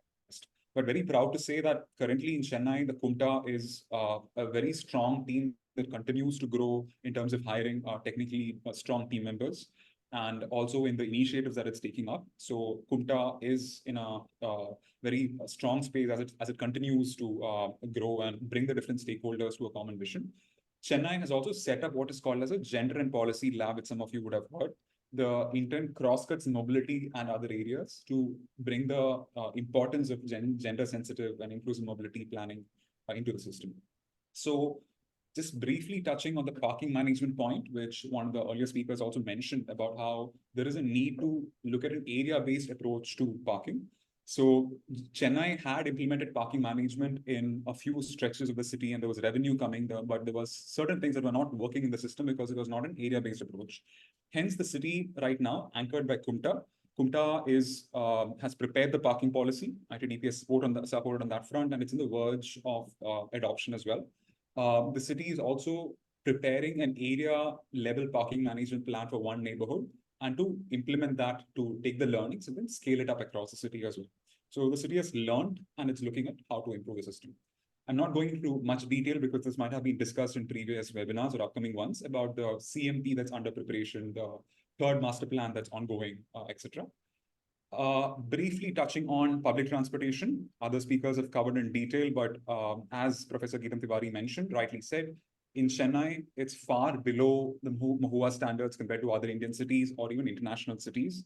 And there are good examples in India itself. If you look at this example in Bhubaneswar, which CRUT has done, you have good designs that are being done along with route rationalization, route planning, and good user experience service design that is done in a place. So there are examples that Chennai is learning from and can improve their system itself. But to summarize, building on some of the, reinforcing the points that other speakers mentioned, that one, it's about embedding a sustainable transport vision. We do need more buses, greener buses, and reliable buses in the system. And definitely engaging and attracting our users to pick that up as a choice, to make it more seamless for them itself. The second component, keeping it very brief, is the learnings from other cities. So just a summary to step back. So Chennai had adopted the NMT policy, the first city in the country back then. But today you have more than 15 cities who have adopted similar healthy streets or NMT policies as well. So it's one fact on the table. Many other cities have formed similar committees called as healthy streets or NMT committees and cells, where they bring together decision makers to strategize and think forward next steps. Many cities, like the ones listed here, 19 in number, have developed long-term plans. They've developed like network plans and also 3-year action plans on what needs to be done in year 1, year 2, year 3. What is the cost required for it? How many kilometers needs to be done every year? So there are other cities who are also working on this front already. And these are some glimpses to show how cities across the country, north to south, east to west, have taken up projects, pilot projects, have done it well, are looking at scaling it up. From Pimpri-Chinchwad to Bhopal to Chandigarh, even smaller cities like Jhansi, Nagpur, have taken up. Even hilly cities like Kohima in the northeast have found a way to prioritize pedestrians in their own way. Some glimpses across cities, happy to share the presentation later. Some bigger projects in cities like Srinagar that have come up recently, in Bhubaneswar, Newtown, Kolkata that you see here, Bengaluru, in Kozhikode, Indore, Ahmedabad, who has been a champion. So there are projects compared to a decade back. Today, when you look back, this conversation has become a lot more mainstream on one side, looking at it optimistically, but there is a long way to go as well. So that is where I'd like to just informally take a pause, that similar to professional or personal career journeys of success, people often think that it's a very straight line of how it is, or even for cities or projects, money is given and a city goes and does it. But in reality, like in our personal lives, it's not a straight upward trajectory where there are a lot of ups and downs, a lot of learnings that come through the journey. Everyone is figuring it out as well. So this has been the journey, and this might continue to be the journey for many cities, including Chennai. But it's important to pause and reflect on what the learnings are so that you can course correct going ahead. So some of the challenges across these cities I skimmed through, especially on the NMT front, is one, that there is a lack of a long-term vision, strong political leadership, and a roadmap itself towards it. With a change of leadership, it often changes. There's a lack of technical capacity towards implementing that if you have a vision also. You might have a policy, you might not have a roadmap, but not even a good team to implement it. So cities who have hired strengthen their teams, like a playing team, and they're able to perform better. Like many speakers touched upon earlier, political will and funding to make the vision a reality is something which many cities are struggling. Number 4, good implementation is key. You might have the best idea and design, but if it's not implemented well, that's a miss. And the need to integrate your idea with other projects that are happening. You can't do your projects in silos, but to integrate it with others. Number 5, specific to this space, in particular, the importance of parking management and priced and dynamic parking management itself. And lastly, there is also a need of a strong public awareness, building support for such projects from the people's side as well. So with that, just to summarize before I close, that if you look at 6 steps of sorts that have worked in some of these cities, one is laying the foundation for your success. Policies alone won't cut it, like what the other speakers mentioned, but policies are one step in the right direction. You can have policies, you should have a network plan for scale up, you should have progressive guidelines that help your team. And that's what many cities across the country have started on already, be it parking policies, design guidelines, network plans. Number 2, cities often mention fund crunches. At the same time, many cities have explored innovative sources of funding and financing. This is a small list of innovative sources. For example, Pimpri-Chinchwad is exploring green bonds. So different financial instruments are being explored today and not necessarily dependent on development banks for loans, etc. So travel demand management measures like parking management, which can generate a lot of revenue. So funding and financing is a key conversation to figure. Number 3, hiring a strong team. If you don't have a strong team who can play the match for you and win the game for you, then the battle is not gone forward. So it's important to have robust RFPs in place to either hire good consultants or to hire good team members within your own city teams so that you can develop the designs. And some of these examples that are seen are done by high quality designers. Number 4, having a team is one, but it's important to constantly upskill your team and to build their team's muscle.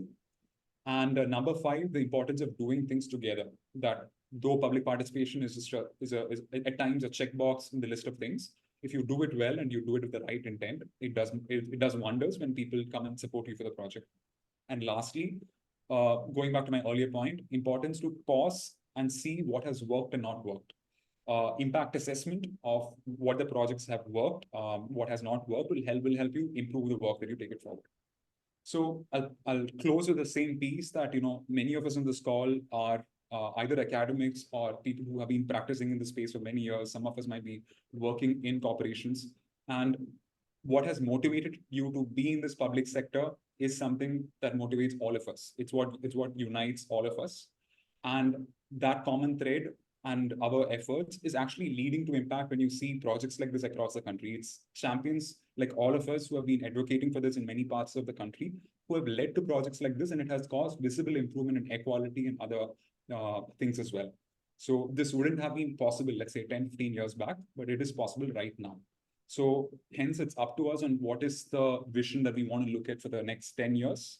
And let's work together for that. So I'd like to end on an optimistic note that looking forward to the webinar series itself on the upcoming ones and what we can learn from them.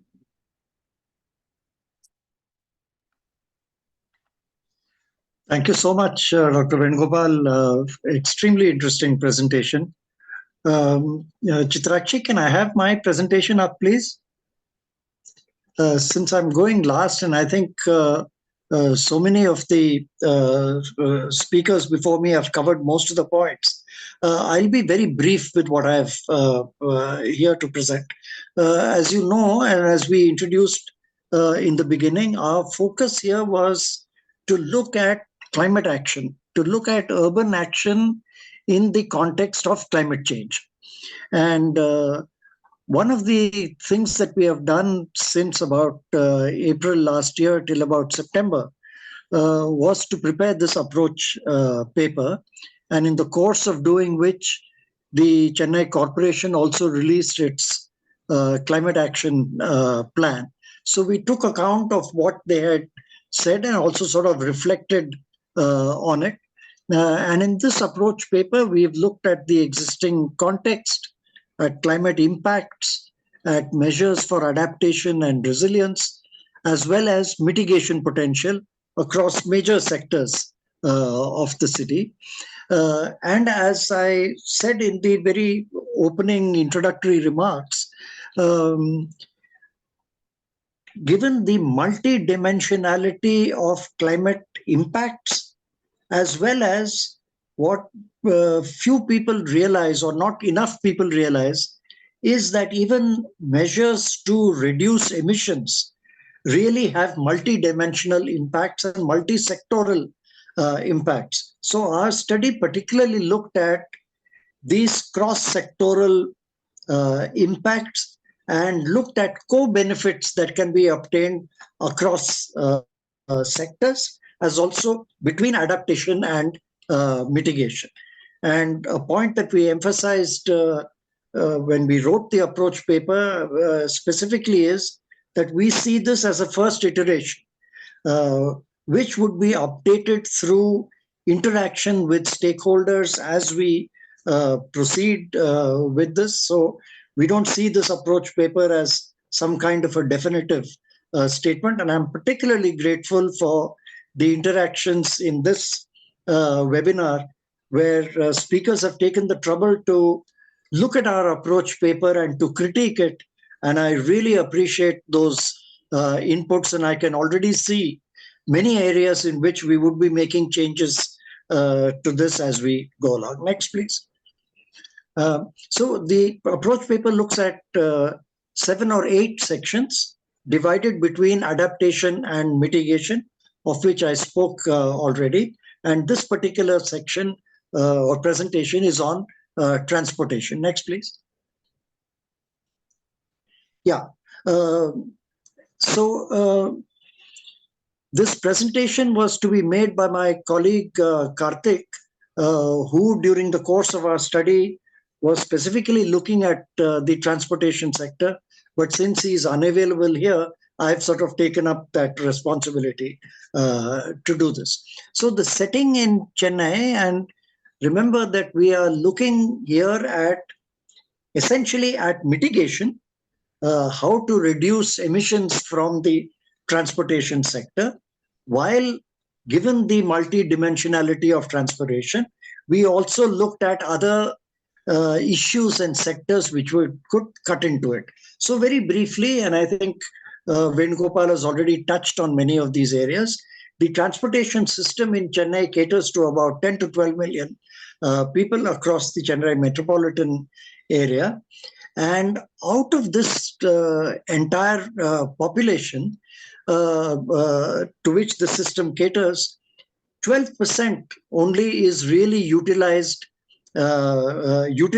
the public transport system, covering buses, suburban rail, and of course, the fledgling metro, whereas close to 90% is really utilizing private personal vehicles. And yet, having said that, the usage in terms of percentage of people really is not material. It's how much distance they travel, how many trips, how many passenger kilometers are carried. So if you look at that, the buses carry about 3 million passengers a day. The suburban rail carries about 1.7 million passengers per day. So that's a very large percentage not reflected in the previous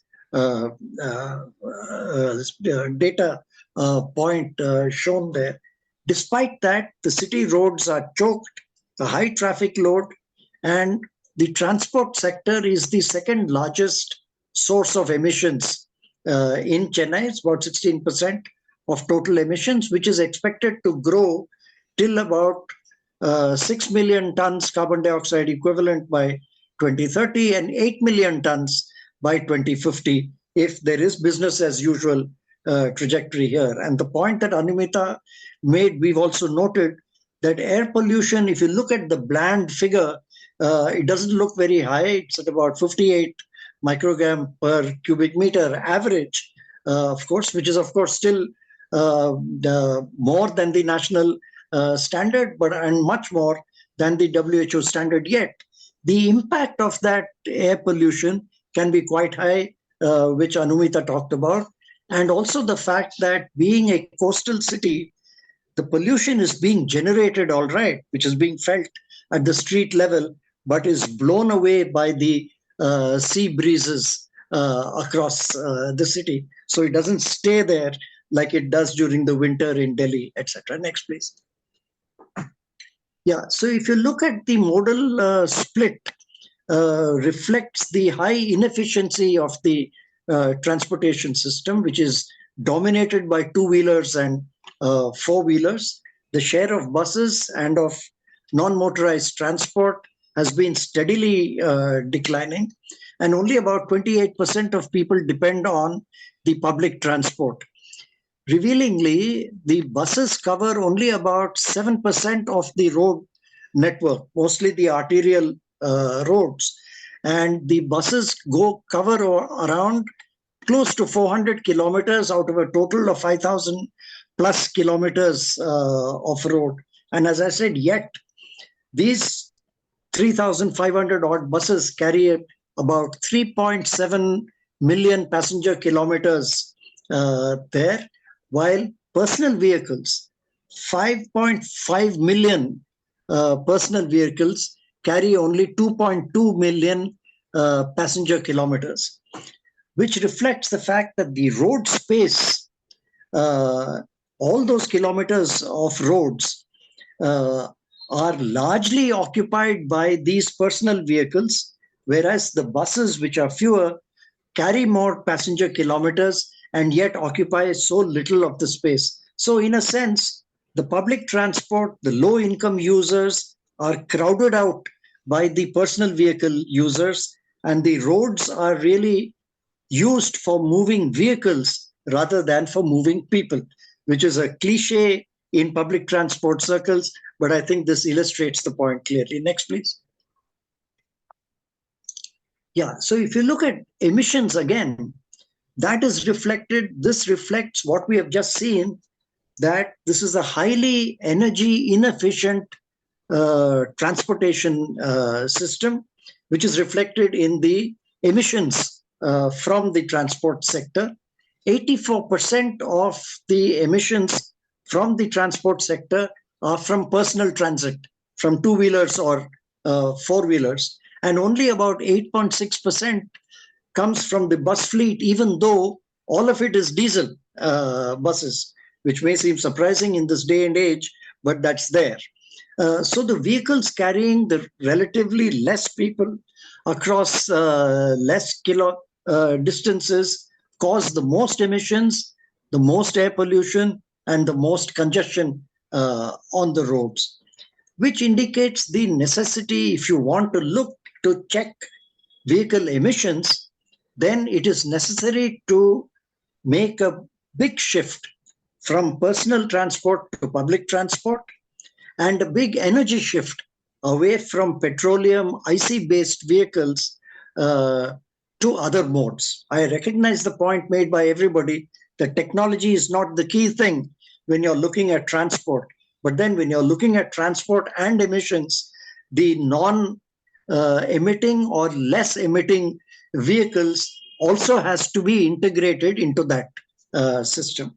Now, this has significant co-benefits if we manage to bring these changes. The first is reduction in air pollution, huge reduction if you reduce the number of two-wheelers and four-wheelers there. More equity, because this is then brings about more access for low-income groups who can use buses and other means. More efficient use of the urban space, which you can then do what Venugopal was talking about, clear spaces for pavements, for dedicated cycle paths, etc. It will open up the path for redesigned urban form and transit mode. The question, of course, which we asked is, will it or can it open the way for more non-motorized transport?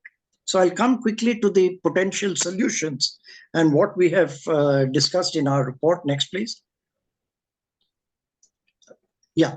So the first, I wouldn't use the word solutions. I would rather say responses that we can do is a modal shift, which, as I've already discussed, is a major shift from two-wheelers or four-wheelers to buses and to metro rail when it matures.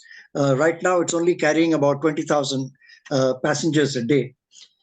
But there is a requirement for a major expansion of the bus system in terms of numbers, in terms of coverage of the city, in terms of routes that it can take. One of the reasons why it has low ridership is it doesn't go to so many parts of the city. You have to get off the bus and then look for other means of transport and frequency. And if you introduce convenience and comfort incentives, what Anumita was talking about, then you can bring about higher ridership also. The last mile connectivity and integration with other forms of transport, intermediate transport especially, is important. And of course, you require a major expansion of non-motorized transport, both pedestrian as well as cycles. But this has difficulties despite the advantages that Venugopal talked about. The benefits of this, of course, are, from the emissions point of view, major reduction in emissions, but it has very significant co-benefits as well. Reduced road congestion, enormous increase in productivity by reducing the amount of time people take to travel in an otherwise inefficient system. Equity, which I've already spoken about. Reducing air pollution, especially if this is combined with a fuel shift in buses, for example, which will then generate health benefits, and it will facilitate urban redesign for greater livability, etc. Next, please. The second response is in fuel shift. And this is the technology part, which is necessary when you're talking about mitigations. The Chennai Climate Action Plan has, we found to our surprise, a rather modest target of ensuring towards a target of 10% electric vehicles by the year 2040 and 20% electric vehicles by the year 2050. This surprised us a lot. Seems a very slow process. This is even slower than the national targets, which is targeting 50% electric vehicles by 2035 or so. We feel that there can be a much faster, much quicker transition, particularly in electric two-wheelers. Taxi fleets, the shift can be quite fast, whereas some more additional incentives can be required for electric three-wheelers and four-wheelers. And a rapid transition to EV buses is very feasible. We've already seen in Delhi a rapid expansion.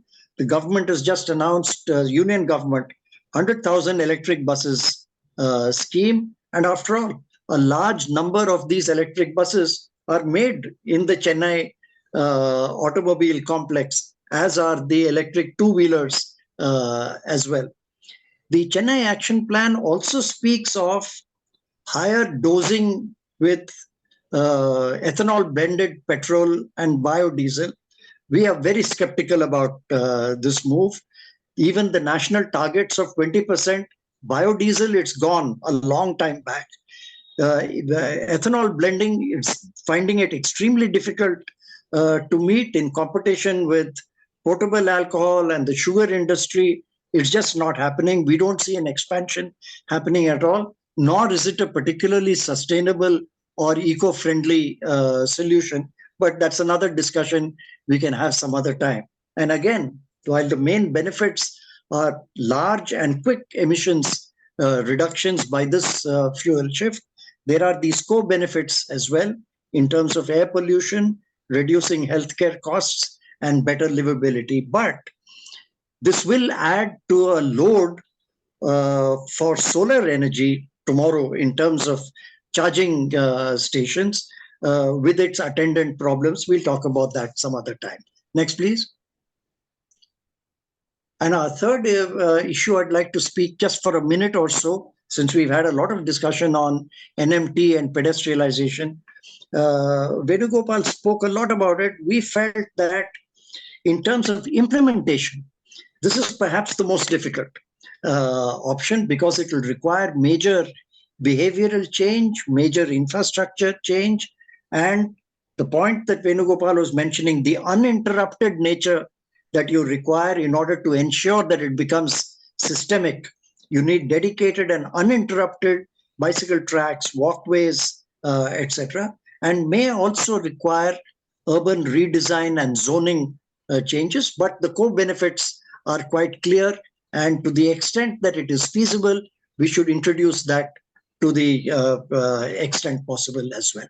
So this is very briefly what we have presented in our study. I would certainly look at the NMT options more carefully now that Venugopal has presented that in so much detail. We'll certainly study the changes in Chennai and examine how we can sort of incorporate those into our perspective, particularly with regard to bringing about co-benefits to a mitigation approach and using those to popularize or sell the idea of a mitigations approach, an emissions reduction approach, which will bring about urban transformation in many ways. I'll stop there with this thing. I have a small one side more, I think, Chitrakshi.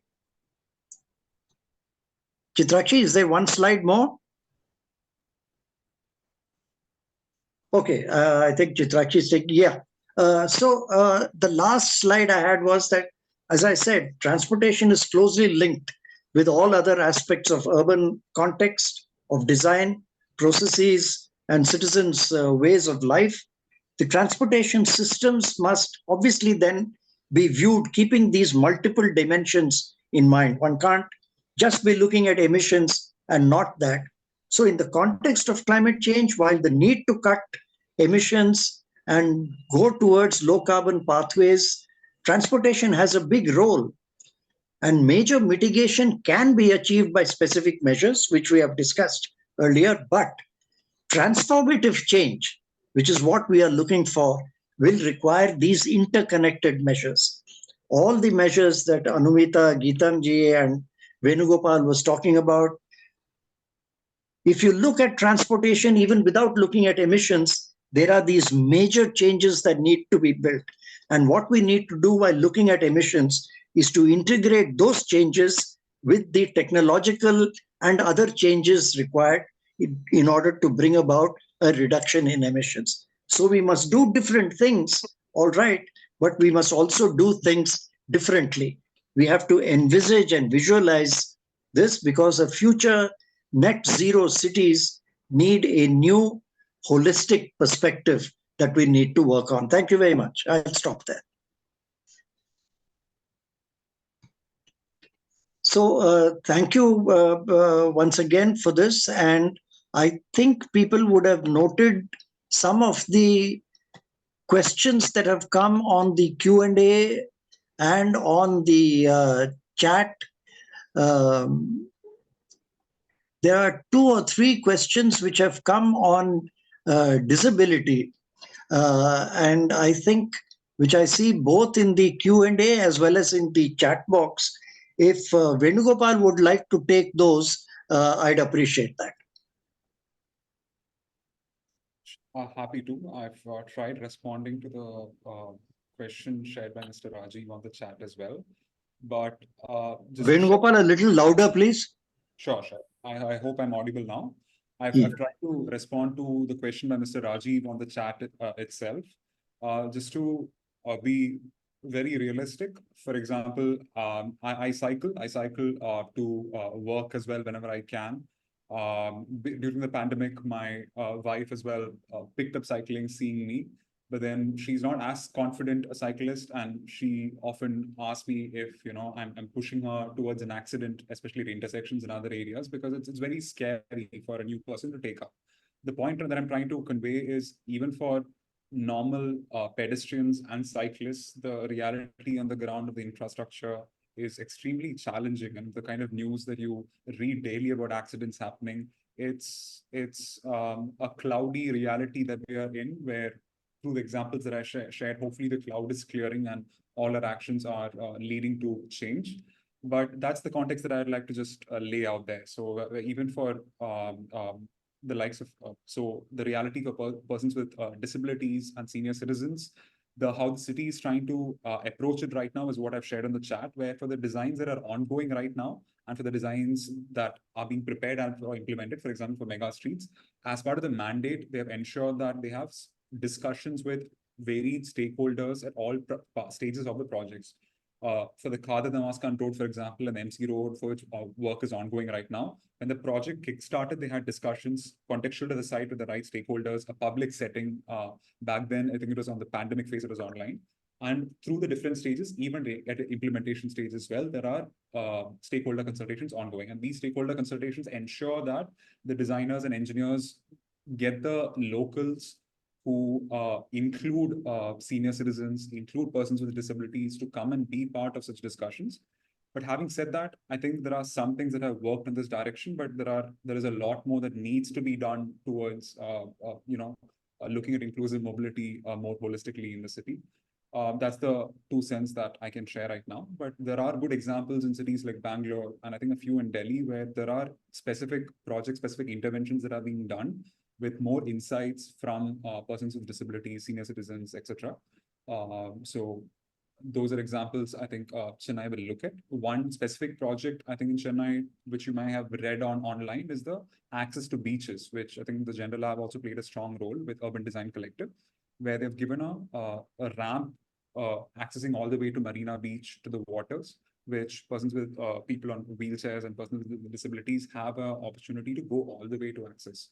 But in normal pedestrian footpath infrastructure, I think there is quite a long way to go for the city to learn from and implement it.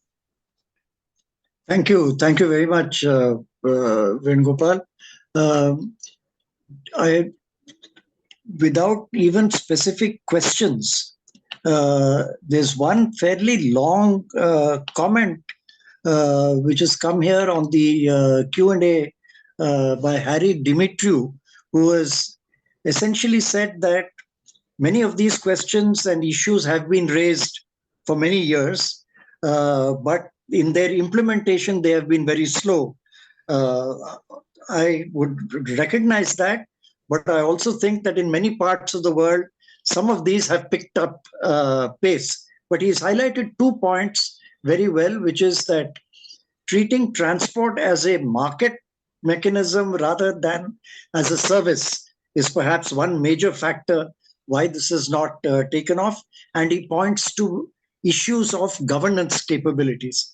If any of our panelists wishes to take that up, Anumita or Geetamji, if you want to address that. Yeah, I can. I think he was in fact referring to what I said. I know him very well. Actually, what I was pointing out, that if we have been, especially we have been treating bus as a business. So basically, the bus systems should generate enough revenues. Otherwise, as you know, that many states have in fact completely done away with organized public transport system, because they started making huge, they were not making enough profits. And then there has always been talk of public-private partnership, how regulation should be with public organizations. And we keep repeating that government alone cannot do it. But anywhere in the world, if you see, public transport does not make profit. It has to be treated as a service. And we have to find different ways of, what I was also alluding to, you have to find different ways of subsidizing it. You have to provide it. You cannot say that In fact, that's precisely what we are doing for metro. Exactly. And I keep wondering that why are we not using the same yardstick for buses then? Yes, So that's why this integration is very, very important. absolutely. So public transport, I mean, even if, whoever is using a bus is already giving you all the benefits that you have listed, Correct. contributing to less congestion, less pollution, less global pollution, etc. So we should, Correct. in fact, many people even consider running it free. In fact, there are many cities in Europe which are doing that, which are offering public service, public transport free. Yes. But one of the important thing is, which Anumita also highlighted, if a very clean, free bus is getting stuck in congestion, Yeah, there is no point. you need to use it. Yeah, quite right. To that, Raghu, I would just like to add the point is that, it's very interesting in India today. It is not a legal mandate of any state government to provide public transport, if you really technically think about it. I mean, if a city doesn't provide public transport, so what? Right? And there are many cities that do not. So it's only few cities who have got state transport undertakings, right? So clearly there is fundamentally something wrong with the legal underpinning of that what state governments need to provide as a service. And therefore, today, the entire Central Motor Vehicle Act and rule that is designed only to regulate a permit system, which again is just about regulating the market. That I just issue you a permit to operate the bus so that it becomes a livelihood and a job issue. But it's really not a public transport service issue. And therefore, when we compare it with metro, so metro, which has got an infrastructure status, it gets all the financial and all the subsidies that are that tied with it and clear systems. But then the bus system has no clear regulatory framework. So somewhere we also have to address that. Quite right. Any last comments any of the panelists would like to make? Anumita, Geetamji, Venugopal? I have a short comment because you talked about, your response 3 on NMT, and you said this is required, but it's very difficult. Yeah, yeah. I would like to get into more detailed discussion on this because Sure, I appreciate that. I mean, I must admit, frankly speaking, my heart went for NMT, but my brain is telling me, especially coming from Delhi, that it's one of the most difficult things to implement here. Despite all the efforts, look at pavements on the street, look at pedestrianization, look at our cycle tracks, which we laid way back 30 years, and they've all gone. So there are difficulties involved in that, and knowing the way systems work in this country, I felt, yes, these are desirable, they are required, but they are probably, given the way our systems work, the last things that are going to happen. We would like to accelerate them well, but however, having gone through this discussion, I am quite prepared to change my mind and move my brain towards my heart. just one quick thing because we don't have long time for discussion here. The way many cities are doing it, Paris is doing it, but many other cities have done it in the past. Sure. You have to set a target, a vision. By Sure. 2030, we want to be NMT friendly. Yeah. And you work backwards. Then you have a plan. In next 2 years, I would achieve this much. Sure. And so on. So Yeah. we have to move systematically. I agree. If we just keep doing, one stretch here and one stretch there, and we are in the pilot mode all the time, Sure. I agree with you. I think I that agree with you. strategy is required. See, even Venugopal's presentation, excellent presentation, it's in bits, and he himself is saying that, so unless all these are built and put together into a city-wide system, like cycle tracks or like dedicated pavements, footpaths, etc., become part of the city's infrastructure all over. rather than stay as pilot projects. That's, but well, good pilot projects, if they expand and become part of the cityscape, then great, they'll become hopefully tomorrow integrated systems. But Raghu, my final comment on Yes. this would be that currently what happens is we talk about NMT, we say bus, we say metro, we say integration, but all remain very isolated in their planning and in their True. approach. I think the entire funding system now needs to be changed so that you create cluster of projects in which you're aligning all the infrastructure needs in a way that that funding instrument is being able to address the bus system, the requisite walking and cycling access to the system or to the integration. So unless we change that framework, we will always see this kind of stepmotherly happening. Even when we say NMT needs to be the central focus of the change. True. So a lot of those real hard changes are needed today. True. Excellent. Thank you. Thank you. We have 15 minutes past our time. Yes. Geetam Bhumaji. ji's, someone was asking for Geetam ji's report link. Yeah. Ma'am, can please share. You're muted, ma'am. Yes, I can share the presentation with you. And on the first slide, I've given the link. Yeah, the link is there. Yeah. Okay, thank you. I'll just email it to you.